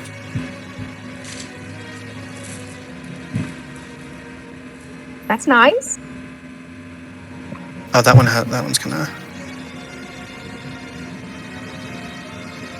The other one has, like, people talking in the background. So we'll just leave this music on. It's fine. Okay. So... inside, huge chandeliers drip from the ceiling like crystal waterfalls, reflecting shards of blue and violet light in all directions. The Countess she bids you adieu as she joins other people and starts chatting, and you kind of see beautiful people wrapped in exotic silks and velvet lounge and plush booths, faces strange in the flickering candle lights. There is just... decadence and romantic and people just chatting and enjoying the ambience and Cal he scans the faces of the crowd and he starts sniffing the air and nostril starts flaring and he's like, I lost him. This place reeks of magic. It's fouling up the trail. Well, we just have to keep circling the room, see if you smell him. Yeah, we'll just look everywhere. We'll all keep our eyes open and we'll make our way through the club. Okay, good idea. If you pick up his trail again, let us know. Keep sniffing the air. Okay. Let me see. This place is huge and serves up a real specific entertainment. Maybe that's where we'll find him. What do you mean? What entertainment? Well, it just so happens that I've heard of the Persephone, and they have specific entertainment for those who know what to do. I say we grab a seat, and I'm sure the waitstaff always knows the dirt on places like this. Okay. Whatever you think we should do, we'll help you. So you guys head over to one of the lavish-looking booths in the corner of the room, just kind of surveying the party. And as you sit, a tuxedo-clad waiter, pale-skinned, vampiric-looking, and sets crystal goblets on the gleaming marble tabletop. And he kind of looks at you and goes, Messieurs and Mademoiselle, welcome to the Persephone. Why, thank you. He smiles, bowing low in your directions. How may I serve you on this evening? Perhaps a wine? Or something else? Wine would be really refreshing. Sir, could you tell me what sort of entertainment is planned for today? Sure, there'll be dancing at every hour, at the top of the hour. Hors d'oeuvres are served over at the banquet tables. And the wine will be flowing all evening, all paid for by the Lady Countess. Ew, fancy. And I shall have that one bottle of Vieux Clicquot Poisson. To begin, well chilled, perhaps? Yeah, that sounds great. Perfect, I can get this quite for you. Certainly. Shall I get you anything else? Have you seen anyone that kind of looks like him hanging around? And she points to Cal. He looks over at Cal and he goes, oh, no, but we do have beluga caviar freshly harvested. I can also bring you a platter of that if you wish. Yeah, all right. That sounds good. Perfect, I shall. And we have the finest wines from the Situi province, my hometown. I can also bring you a platter of that as well. Yeah, all the platters. Perfect, I shall give you the entire plane. And, Madame, you talked about entertainment, yes? Yes, I just wanted to know what special events are happening. Of course, Mademoiselle. I'm sure that the Persephone will have something that will allow to be at your taste. Will your companions be wishing to join you? I believe so. Interesting. Well, I'm sure that we won't disappoint you. And he gives you a discreet nod. We strive to serve our guests with every respect. Perhaps after your drinks and hors d'oeuvres, or horse divorce, you might wish to you might wish to avail yourselves to a more exclusive services elsewhere in the facility. And he bows, and he just gives you a wink before leaving the table, avoiding your next question. Will looks around the Did group you- and she's like, was he speaking common? Because I don't half the know. time he was speaking, I didn't understand him. What's What did- caviar? What did you just sign us up to do? I don't know, but I hope that it points us in the right direction. At least it wasn't a deal. Fair enough. Caviar is like fish babies. I don't know. I just wanted to try something new. How could that be filling? I Oh, don't it's know. definitely not. I mean, it's for show mostly. It's disgusting, is what it is. Well, good thing we had eggs and sausage this morning. Yeah, those biscuits turned out really yummy. Welcome. Yeah, Good job. my first time. I liked how they were kind of like uncooked in the middle and kind of hard on the outside. It's delicious. I played it that way. So as you all settle in, kind of looking around discreetly at the other guests, on the far side of the room, an elven woman with like a regal air catches your eye.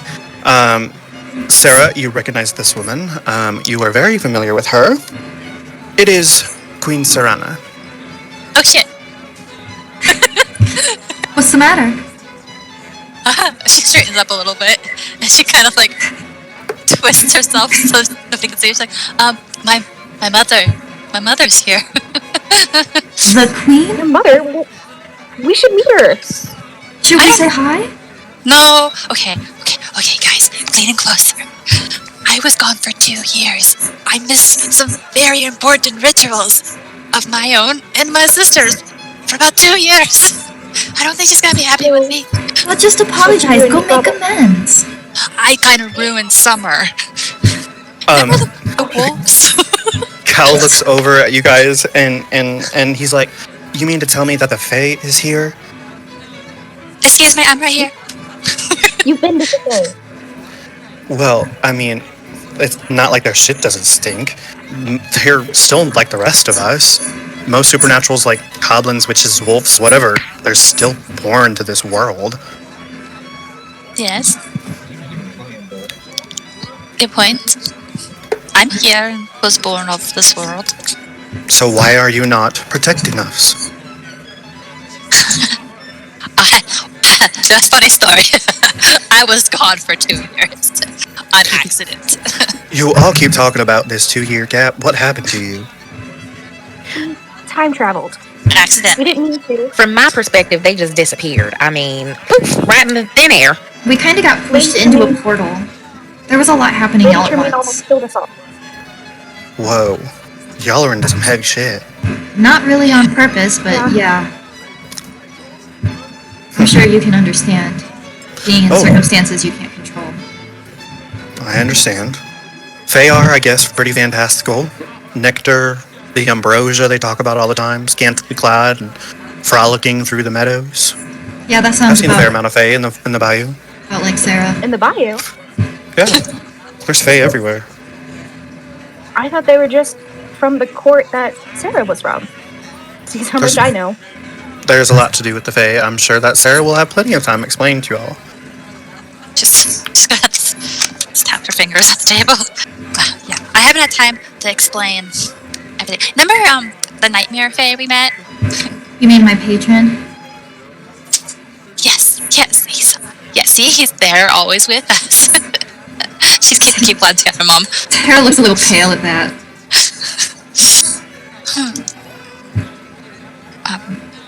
Where's that wine? Yeah. Wine? The waiter actually comes back with the bucket of ice and the wine. In it, he also carrying the platter of all the food that was ordered. He sets it down and he says, "All right, I shall pour your glasses." And he pours this decadent-looking wine into all of your goblets. And he says, "Is there anything else I can get for you?" When will these events be happening today? Most of them have already begun, mademoiselle. Earlier, our in the other room entertainment or whatever. Oh, you must be talking about what's happening below deck. You'll find the entrance just past that way, past the portrait gallery. Thank you. Thank you, sir. Enchanté. If you need me, just holler. Okay. Thanks. And he backs away. Something happening below. That doesn't sound good. Well, should we go check it out? Yes. Although, should we just leave all of this here after he... But yes, time is of the essence. I'm gonna take my glass with me if that's okay. We also walking with glasses, and she's Yeah. just kind of like almost It'll help downstairs. Yeah, this wine's delicious. It I need help it. us blend it with high society, which I am not. Just No. pretend. It's really easy. Maybe for you, because you come from it. True. I like to pretend. I like the pretty clothes and the fancy wine. I like this place. I think this is really fun, but I think we should probably find out what's going on downstairs, because the sooner that we find his brother, the sooner that we can avoid becoming that friend on the other side. She takes another long drink. Well, let's go. And we have another ball tonight. Yeah, let's not Good forget idea. we have things. I'll follow you all. What time of day is it? It's about late afternoon. And Sarah will get up with her wine and inch her way towards the door. Yeah. The portrait hall. Walk with Okay. Sarah. We'll oppose. So you all head down past the portrait hall, and you kind of hear a vibration from beyond the door. You open it and head down this long staircase, and you start to hear more of a lively sounds of more people being down here, and an upbeat track playing instead of the kind of fancier, noble sounds of the above. And you head into a huge room with a massive iron cage at the back. Inside is a bloody centaur and a satyr that are locked in combat, vicious and tense. A drunk, unruly throng of people surround the cage, hissing and cheering them on, and the room just reeks of blood, whiskey, and cigar smoke. Oh, I don't like Horrible. this. This is not what I was expecting at all. Cal, if your brother's here, we'll do everything we can to rescue him. Okay, this definitely makes me a little uneasy. Let's find our seats and maybe we can spot your brother. Hopefully he's just in the crowd. Do you think we should get closer to the cage? We have to keep looking. Okay, let's just walk through the crowd then. So you kind of walk through the crowd, and you kind of overhear people talking like, "Oh yeah, like fight," as these creatures are fighting each other. And Cal looks around. He's like, "The elite world of monster cage fighting in the most expensive game in town. I guess this is how the rich gets their kicks." It's barbaric. Yeah, it sounds wild. And we can get rowdy with sparring matches back at the lodge, but this is...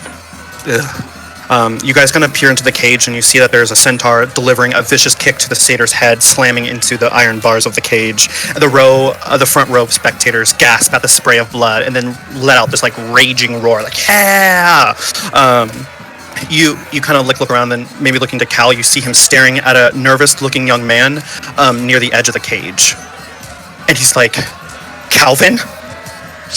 And he plunges into the crowd, elbowing spectators out of the way as he goes after Calvin. You guys start to shove your way through the crowd until you reach the spot where Cal is starting to argue with a shaking, sweaty-faced Calvin. "Cal, what are you doing here?" And Cal's like, "Oh no, this is not how we're going to play this out. What are you doing here?" And Calvin, his brother's like, I don't... how'd you even find me? The promoter said that the ward would stop you from following my scent." And Cal closes his eyes, and all the blood draining from his face. You see him taking a deep breath with his nostrils flaring. "You had those people hide you from me?" And he's like, I'm sorry, bro. I'm so sorry. I screwed up real bad." And Cal's like, What did you do?" And he says, I've been kind of going to those riverboat casinos in the city, and mostly blackjack, like a little poker here and there, and like you and I used to play with Dad, when we were younger, and well, Cal groans and covering his face with his hands, and Cal's like, "You're not even old enough to gamble. You know that." And he's like, "Well, yeah, but it was really going so well for a while, and really well. You would have been so proud, I swear. Please, just last week, when you were gone with the hunting lodge, I started losing real bad, and I couldn't pay it off, and I guess the Countess holds the debt, so..." And Cal's like, "You've been messing around with the Countess's money? Oh, hell, you have no idea how mad I am at you right now." And Cal's like, the promoter said I could work it off with just one fight, but..." And he swallows hard and starts shaking. He's like, "I can hold my own, Cal. I can. But I didn't know that I was going to be fighting." And he points over that. And as the crowd explodes into this thunderous cheering, you all gaze to where he's pointing, and you see a beast with a hulking and a shaggy bull's head stomping into the ring. It's a minotaur. And Cal looks at his brother, and he's just like, "You've got to be kidding me." Do you guys want to say anything? We found your brother. We're possibly Countess. What if we can make not a deal, but try to get him not to fight? Wouldn't that be good? We can figure something else out. Trig, you know that there's no way the Countess would let that off the hook. But one of the promoters walks over to you guys and grabs Calvin by the shoulder and giving him a little shake. It's this sleazy looking dude, balding hair, stuff like that. And he's like, "All right, you ready, Mr. Lau?" And he says, "You psyched? Blood pumping?" And Calvin, he says, I can't do it. I can't fight that thing. It'll kill me." And the promoter's like, "Well, that's not what we agreed. Don't wanna is no longer an option. You've seen the posters. Werewolf versus Minotaur. It's our title fight. All bets are in. There's no turning back now." And Cal's like, "What the fuck is wrong with you? It's just a kid." And the promoter's like, "A kid who owes the Countess an arm and a leg." And sighing deeply, Cal grabs his brother and pulls him close for like just a tough hug, and he was like, "Listen, this was a really dumb move, kid, even for you. But I love you, and I'm glad that I found you. Know that, okay?" And he's like, me too, Cal, I'm sorry. And as Calvin's eyes well with tears, Cal pulls back, and then he headbutts his little brother in the forehead, knocking him out. And Calvin falls over and collapses, and Cal lowers him to the floor, and the promoter's like, "What the hell? Oh, you're in deep now, my friend, when the Countess hears about that the fight is off." And Cal is like, "Oh, don't worry, friend. You'll get your fight. Werewolf versus Minotaur, just like you wanted." Cal, what are you doing? No, you can't do that. What about the root? Cal raises his hand to quiet you, staring at the promoter right into his eyes. "You need a werewolf to fight? You've got one." Do you think? This will be interesting. She takes on a sip of wine. Can you just like tell us like where that night road is before you like go in there, because that's big. We had a deal. Yeah, you'll get your deal. You look nervously over to the cage where the Minotaur is pacing and bellowing savagely and just roughing and toughing, and he's like, I don't have a choice. He's my brother, and I know for damn sure that the Countess isn't known for her forgiving nature. Do not get killed in there, dude. Well, if he thought he wasn't going to make it through, what makes you think you could? He didn't know who it was. I'm all that Calvin has. Whatever the depths he's racked up, they're mine too, and that is what family means. Well, I mean, you could have tried to go in together, maybe. No. I mean, going by yourself? It's werewolf versus Minotaur. Just don't get killed. If you're going in, and I know you are, because you're determined, go for the face. The ears, the eyes. Cal puts his hand on Willow's shoulder, and he gives you a warm squeeze, and he's like, "I'm fine, I promise. I grew up in that pack, remember? Every day meant a different battle, another way to cut my teeth. Okay? My dad made sure of that." The crowd around you grows more agitated by the second, and their excitement starting to slide toward anger. You overhear one of the spectators say, "Hey, I've got a lot riding on this with the fight. What's the fucking hold up?" Another woman, she's like, "If the wolf forfeits, I want my money back." And Cal, he gives a pleading look to you all, but mostly to Willow. Like, he's like, I appreciate your words. The fight promoter kind of wiped off his sweaty, greasy eyebrow, and he glares at Cal, and he's like, "Look, you gonna do this or what? The Cloud wants what they paid for, and the Countess." And in answer, Cal shoves the promoter aside and makes his way towards the center of the room. Tossing you a final reassuring look over his shoulder, Cal shrugs out of his suit jacket and shirt, stepping into the cage, revealing his muscled, chiseled chest, hairy chest, and like he just looks ready to go. And he's like, "Let's do this." The crowd explodes into this deafening cheer as Cal squares off against his opponent. This Minotaur roars, pawing at the floor like a savage wild animal. And he gets ready to face off against the Minotaur. You can see that his breathing becomes quick and ragged, and his eyes are blazing gold. Hooked claws burst through his fingers, and dark fur starts to ripple over his skin as he transforms into a werewolf. Moments later, this enormous jet black wolf bares its teeth, howling a challenger toward the waiting a Minotaur. He's just ready to absolutely go to town. You stare at his long, vicious fangs, unable to suppress a shiver. Like, werewolves are fucking creepy, but also just wild that people can do that.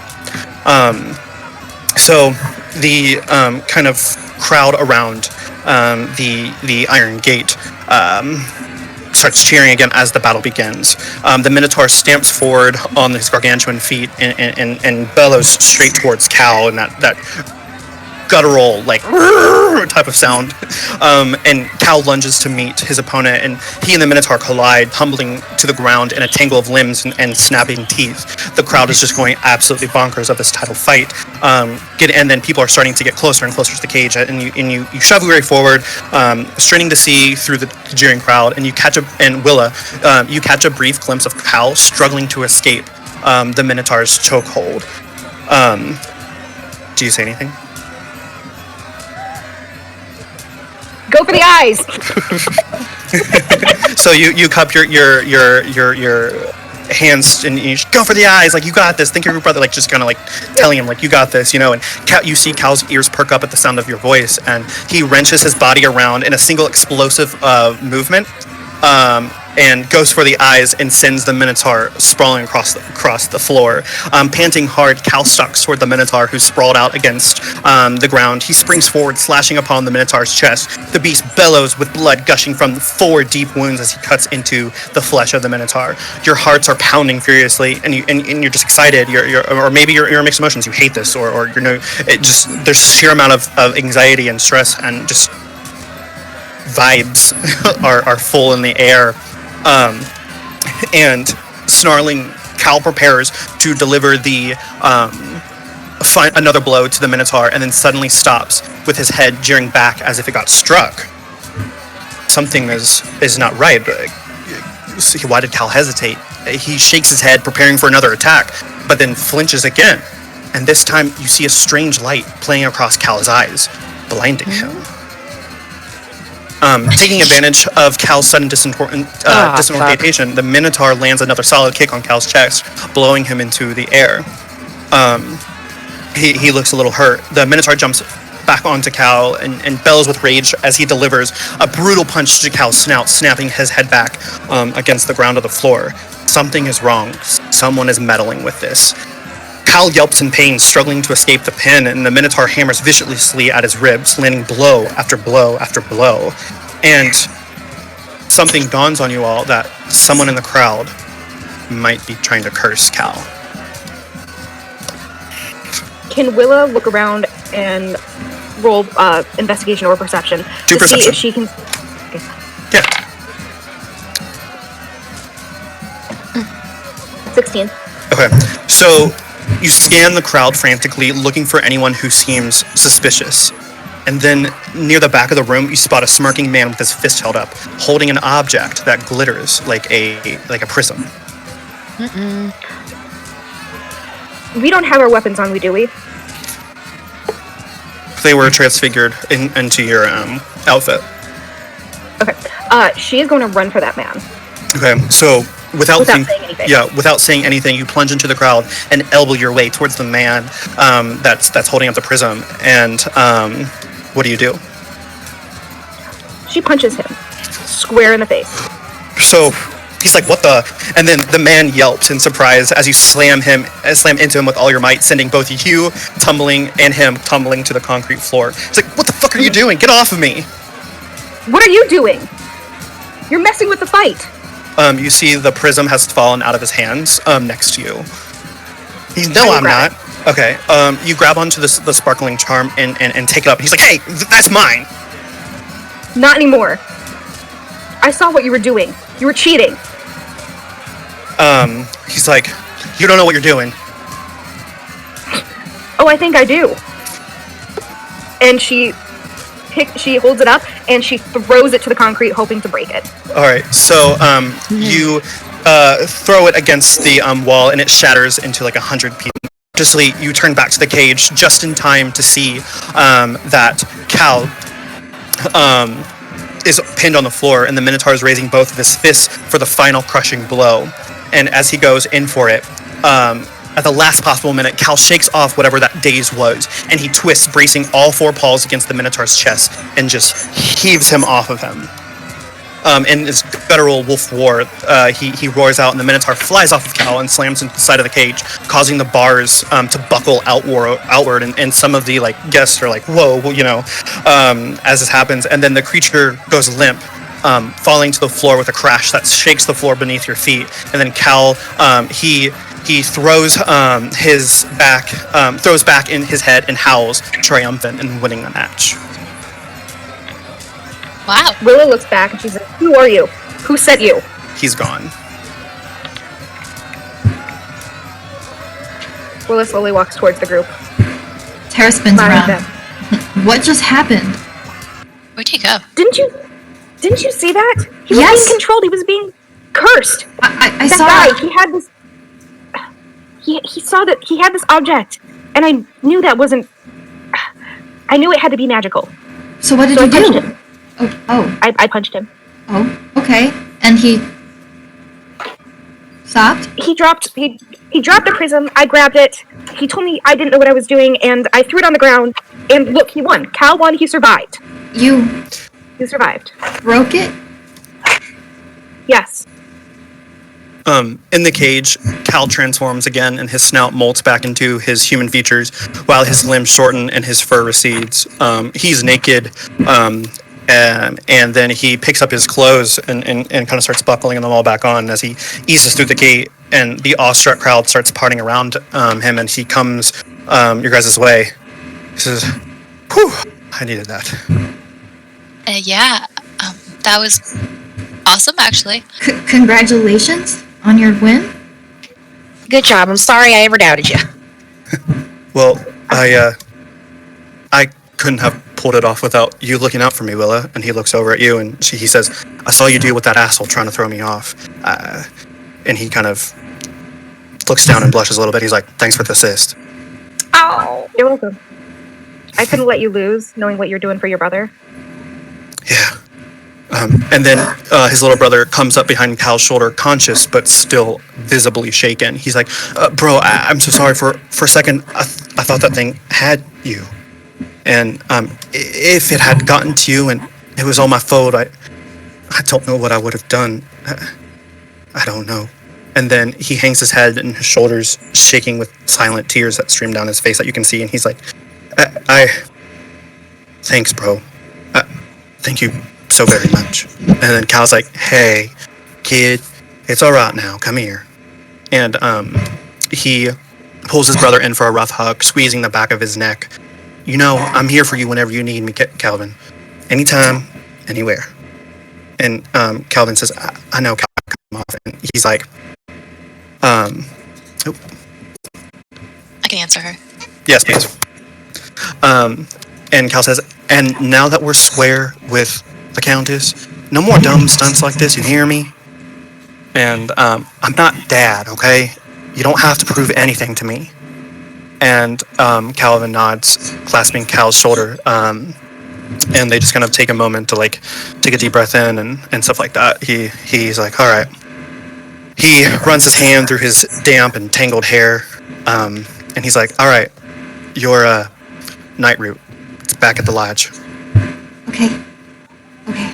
How are we gonna get it? I'm glad that you guys are both safe. But Thank you. I trouble do with have to thank Alpha? all of you for this. Yeah. Don't worry, I'm about the only werewolf that knows how to grow it. They all think it's stupid stuff being a gardener and out in the gardens, but Damn it. kind of like it. You're just a gardener? Really? Yeah. By the way you fought? Just a gardener. Well, thank you. I appreciate that. Dad definitely trained me up for that, but I'm about soulless with those plants out there. The past 2 summers have been a little wild and harder to grow. I managed to save some. It's in my cabin, so I won't have to worry about Alcide.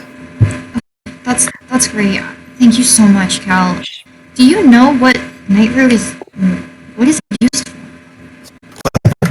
For besides the effects of lycanthropy, that's mostly what we use it for. It allows us to transform what we need. Like during the full moon, I'm uncontrollable about it, but we managed to figure out a way to subside some of those effects. But other than that, I'm sure it's used in other elixirs, but most people don't know how to grow it. It's got perfect temperatures and a certain amount of sunlight and watering and caring for it. Cal, if you're willing to, maybe we could stop by that apartment before we head back to the bayou.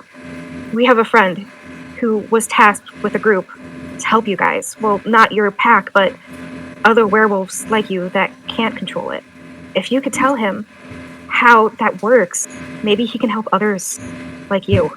Yeah, and we have a friend that we had to leave behind who was searching for this very thing. Do you think that you could teach us anything that we could use to help our friends? I could definitely try. But the thing is with Nightroot, it's deadly poisonous in certain amounts of dosages. If you get it wrong, it's game over. Lots of bad things can happen if you tamper with it in not the right conditions. I'd be happy to help, but it's kind of sacred to our pack. I If understand. I've disobeyed the trust of my alpha and let our secrets get out, it might not be good No, for me. we had a deal, and that's a lot to ask of you already, and I understand. Thank you, anyways. Okay. Yeah, I was just trying to help, but I understand. I'm sorry. No, you've been so helpful, and I'm really glad we got your brother. But we need to hurry. Sure. Yeah. So you move towards the door through the dispersing crowd, and then you see Quo coming your way, and Quo's dressed to the nines and very dapper and handsome, and he's dragging a handcuffed promoter along with him. And then you hear the promoter saying, "You just wait until the Countess hears about this, you son of a bitch." And then Quo, he's like, "Oh, is that so? And what do you think she'll do when she hears about how much you've been skimming off the top before handing over her cut?" The promoter, like, pale faces, and it's slick with nervous sweat as they pass, and Quo, like, looks at you guys, and he gives you a sly wink. He's like, "Good to see you here. I'd love to stay and chat, but I've got him to deal with. Happy trails for you all. I'm sure that we will meet again shortly." Yeah. Hey, Quo. Bye. Good luck with that. He heads out of the room, and then you guys head out of the Persephone, kind of just on your way back. And as you pass through the gate, leaving the Persephone, your clothes shift back, the glamour dispersing as you're kind of a little bit farther away from the Countess at this time. And you meander your way back into the bayou. At this time, it's the evening, or getting close to kind of the twilight time of the day, and you head back into the bayou, trying to find, following Cal and his brother, heading back to Cal's cabin. You finally arrive, and it's a small cabin that's kind of on the hunting grounds, and then you all head up to it, and then Cal turns to Trig, and he's like, "You have permission to enter, I promise." And allowing Trig to enter the home. Immediately, Calvin's like, "It is so good to be home. If it's cool with you guys, I think I'm gonna go pass out. My head is killing me." Yeah, maybe no more gambling, kid. All right. Will do. And Cal's like, "Choosing to hear that as a heartfelt thank you, go to sleep it off, kid." Calvin gives you a sheepish wave before disappearing up the wooden steps to his room. Cal says, "Okay, the night root. I grow it out back. There's a patch in the eastern corner of the fence near the vegetable garden. Help yourself to whatever's out there." Okay, thank you again. You're literally saving my life, I think. Of course, and a thank you. I mean, I wouldn't have gone back without your guys' help. Okay. With a stifled groan, Cal abruptly slumps against the side of the couch. Blood is starting to seep through his shirt. And he kind of grits his teeth, and Cal shakily pushes himself to his feet, leaning hard against the back of the hide couch. He's like, didn't even feel it until just now. Pain. Doesn't matter much as the wolf. How bad did he get you? It's deep, and I should probably go clean up anyways. Gotta admit, I'm not really looking forward to try to bandage my own back. Can't one of you heal him? I don't want any of your magic healing. I can just put a bandage on. I can at least help you clean up Oh, while they go grab the root. that would be great, actually. Mira Hello? actually there? So we can... We'll say that, yeah, Mira's there. Like, she just got there. She had her dealings with the temple. Hi, guys. That's where she went during the day. She had some temple stuff. And she arrived back at... You caught up on the walk back to the cabin. You're caught up on everything. Obviously, we'll catch you up later, but... Well, yeah, obviously. Yeah. So Cal looks over to Willa, and he says, yeah, that would be great, actually. Are you sure? They have to go harvest the root. I mean, might as well have someone help you. Okay. And then you follow Cal into his bedroom. Your gaze skims over his neatly made bed, and there's a stack of books at his bedside table, and a beautiful cut glass bowl filled with like herbs and pine cones, kind of giving off like a potpourri kind of scent into this his inner sanctum, perhaps. And he's like, "Sorry about that. I'd like to keep a little order. It's nice having some peace after surrounded by the pack. Chaos all day." Really nice cabin you have here.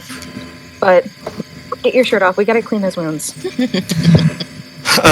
She's okay. And then Cal walks unsteadily over to the large wooden armoire and puts out a first aid kit.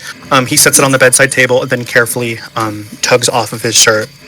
And you gasp at the livid bruising along his side, scored with these bloody scratches. This is all from the Minotaur? Yeah. Normally, us wolves, we heal pretty fast. But they probably, something's a little weird with that Minotaur. Well, the one guy tried to curse you or do something. That's why I had to stop him. But this might sting, and she might take, I'm guessing it's like a little bottle of alcohol or something to clean him. And she takes a rag and she, starts tending to his wounds. This might sting. He's like, I can take it. So you clean up his wounds, and you start to bandage him, and he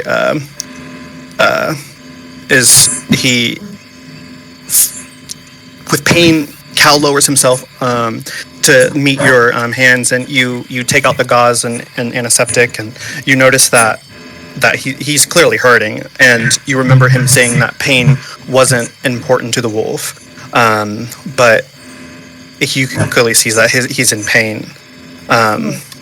You meet Cal's gaze, and you kind of feel this heat kindling in your stomach a little bit, and his dark eyes are intent on yours, and he's just like, trust me, I do really appreciate it.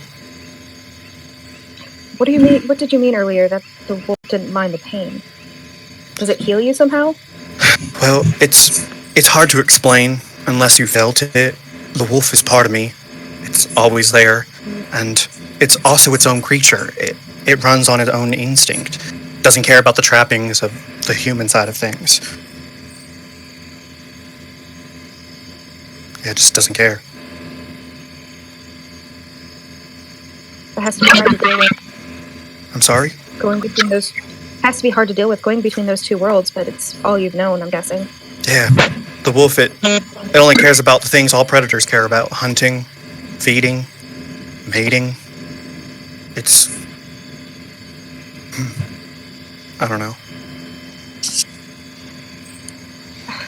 Well, all I can do for you is get you in a little better shape than you entered the cabin in, so... Yeah. My father taught me a bit about healing, so hopefully this will help. Yeah, I appreciate it. Being a wolf is kind of dangerous. It's intoxicating. The highest high I've ever felt. It feels good. Too good sometimes. But if you're not careful, and if you don't control yourself, you can lose what makes you human. Like, be a wolf forever? I don't know. And you see that he starts bleeding a little more through the gauze. Can you get that? Yeah, and cleans up more, adding more of the gauze. And she she presses down on it just to make sure that he stops the bleeding. So yeah, you dab like carefully around Cal's scratches, very aware of his closeness and the heat of his skin. And when you look up, you see him watching you searchingly, and his eyebrows are furrowed. Maybe he's you're hurting him. Cal, I'm sorry, but it has to be cleaned. Are you okay? I mean, other than being hurt. Oh, I'm fine. It's strange having someone tend to me. I'm usually the one doing the doctoring while Calvin does the bleeding. Yeah, I can tell he gets into a lot of trouble. From what we've seen, you've got to keep a close eye on him. Yeah. To be fair, it's not always entirely his fault. He might be a reckless kid, but we were taught to never back down from a fight. Well, it's nice that you're protective of him. Yeah, it was something that my dad taught us, mildly put. There were 5 of us, all brothers, and he was always pitting us against each other. Eat or be eaten was his philosophy. A little ruthless, don't you think? He did the best he could, in a way. That's pack mentality in a nutshell. I mean, I might have hated it. I still hate it. But Calvin and I probably wouldn't even be alive if it wasn't for his lessons. If you hate it so much, why do you stay? Maybe I just don't understand, but... Are you happy here? Cal chuckles quietly, then kind of like gasps a little as you carefully wind the bandage around his taut, muscular torso. As you finish taping it down, your fingers graze lightly over his skin, and you catch your breath, and then you look up to meet his smoldering eyes. And he's like, Willa, And then the back door slams, startling you both. Sounds like your friends are back. Yeah, I should get going. And she slowly ties the bandage, making sure that it's secure. I should get back. Thank you. I'm feeling better because of you. Well, you did help us get the night route. Listen, a wolf never breaks a promise he can't keep, or makes a promise he can't keep. But I'll die happy if I never have to go up against another minotaur. I wouldn't hope you would ever get in that situation again. Cool. Let's head back out into the living room. Yeah. And Willa turns and she's like furiously blushing, and she walks down the stairs. Okay, hold on. Let me get some cozy cabin sounds. Oh, this is more than 3 hours. That's always annoying. If it's over 3 hours, I hate that. The rhythm does not. Yeah. That pissed me off so bad. Right. You head back into the living room where everyone else is, and you kind of see your friends all like have a little bit of a satisfied smile as you have gained the night route. And then I can't believe we did it. We just gotta get it to Dr. Facilier, get our ball gowns on, make some beignets, and board my mother, and go to a ball. We can just dance and, oh my gosh, we're really gonna do it. We can really stop. Sweet. And then all of a sudden you're cut off by a heavy pounding on the front door, and then it slams open, and Alcide storms in flanked by 3 glowering pack members. And Cal's like, what? And then Alcide's like, not the time for questions, boy. If you know what's good for you, we are all going outside right now. Okay. Cal raises a cautioning hand to you all before you can say anything. Let's just get this over with. So you all kind of march out of the house, and you head towards the kind of this campground area with a big bonfire by this dock that goes out into the bayou, which now I have to go back to the bayou ambience. After I just switched it, but it's not too hard to switch over. Under the evening sun, brawny, shirtless men swing beer and roar with laughter, throwing horseshoes, roasting chunks of meat over the fire pit, sparring with each other. A very different vibe than earlier when you guys were there, and everyone. And then a raucous cheer breaks out, and all of you look, and you see Alcide, just kind of stone-faced as he sits down on a pile of logs by the fire pit, and animal carcasses are hanging on racks behind him, dripping blood into the dirt and gravel below. His wolves surround you from behind, pushing you roughly to kind of just, you're surrounded by all this pack of 20, 25 werewolves. So, Cal's keeping company with the people I told to get off my property, and I've been hearing you've been getting into at the Persephone. Is this true? And Cal's like, yeah. And Alcide says, fighting without my permission. Now what I would have expected from one of your father's runts. I'd almost be impressed if it wasn't so goddamn furious with one of my boys would pull this kind of stunt right out from under my nose. And Cal's like, sir, I'm sorry, I didn't mean any disrespect. I can explain. And Alcide cuts him off. Shouldn't have been... All right, I've been doing your explaining first, Runt. That's how being a beta works. You ask permission, not for forgiveness. You should know about that. And then and one of the other pack members was like, what were you thinking, pup? You shamed our alpha. You shamed all of us.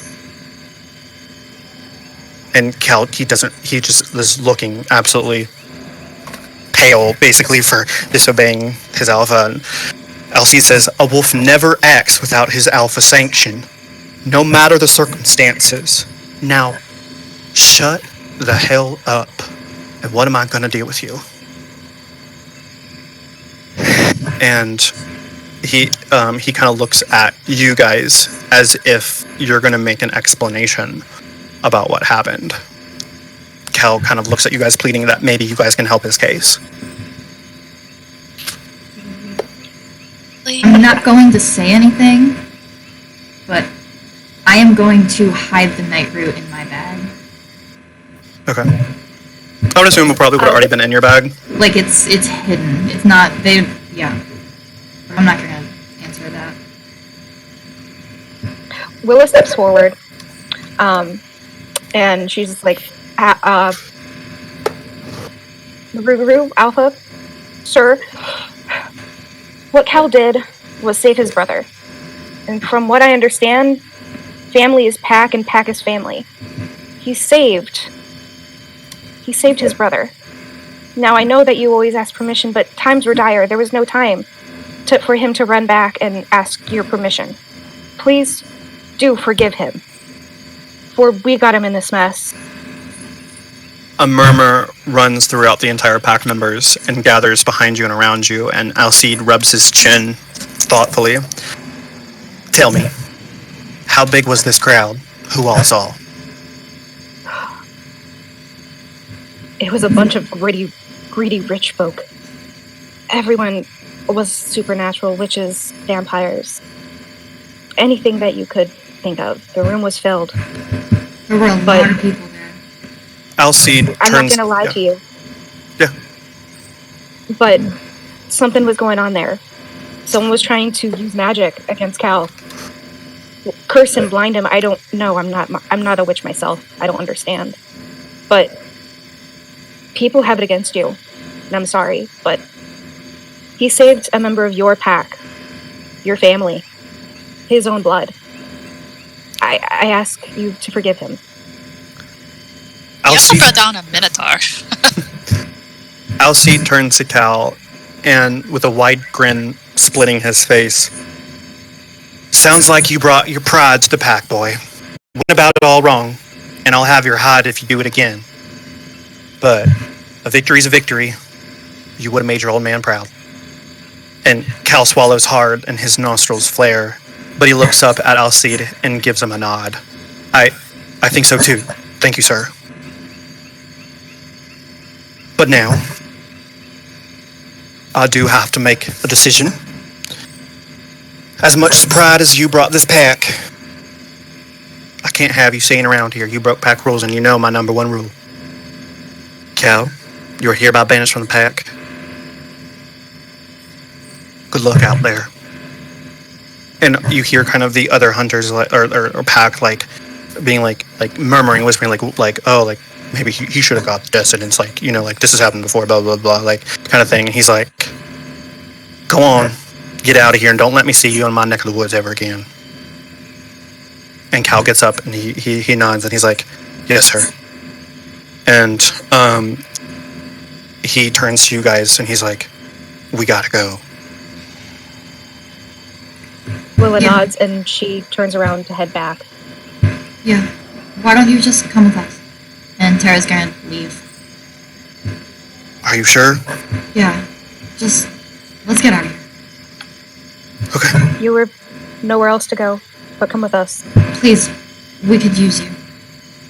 Okay. Yeah. Let me say goodbye to my brother and I'll meet you on the path. Okay. Cal. He looks at Willa and you kind of see his red puffy eyes a little bit distraught about this, but he's like, what? I'm sorry they exiled you. It's fine. I tried to help. You did. Just know that you did. And he turns back and walks to his cabin.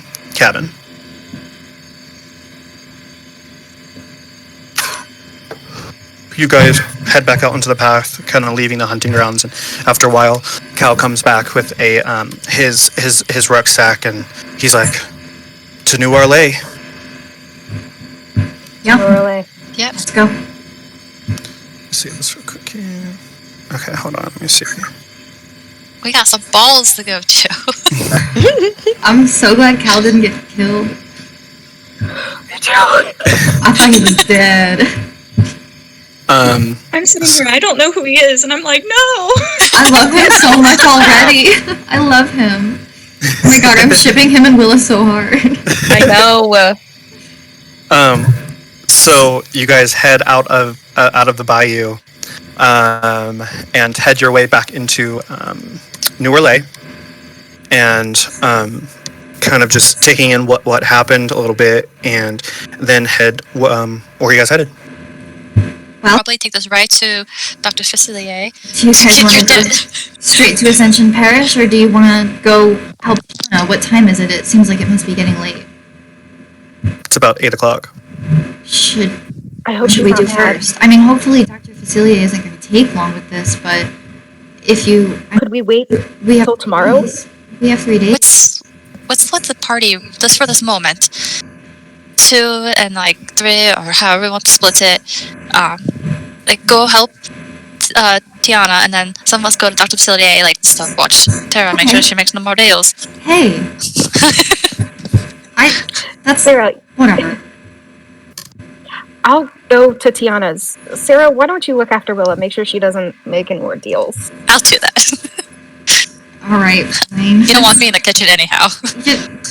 Well, I liked your biscuits, but yeah, no, will you come with me? You know more about fluid. Will you please come?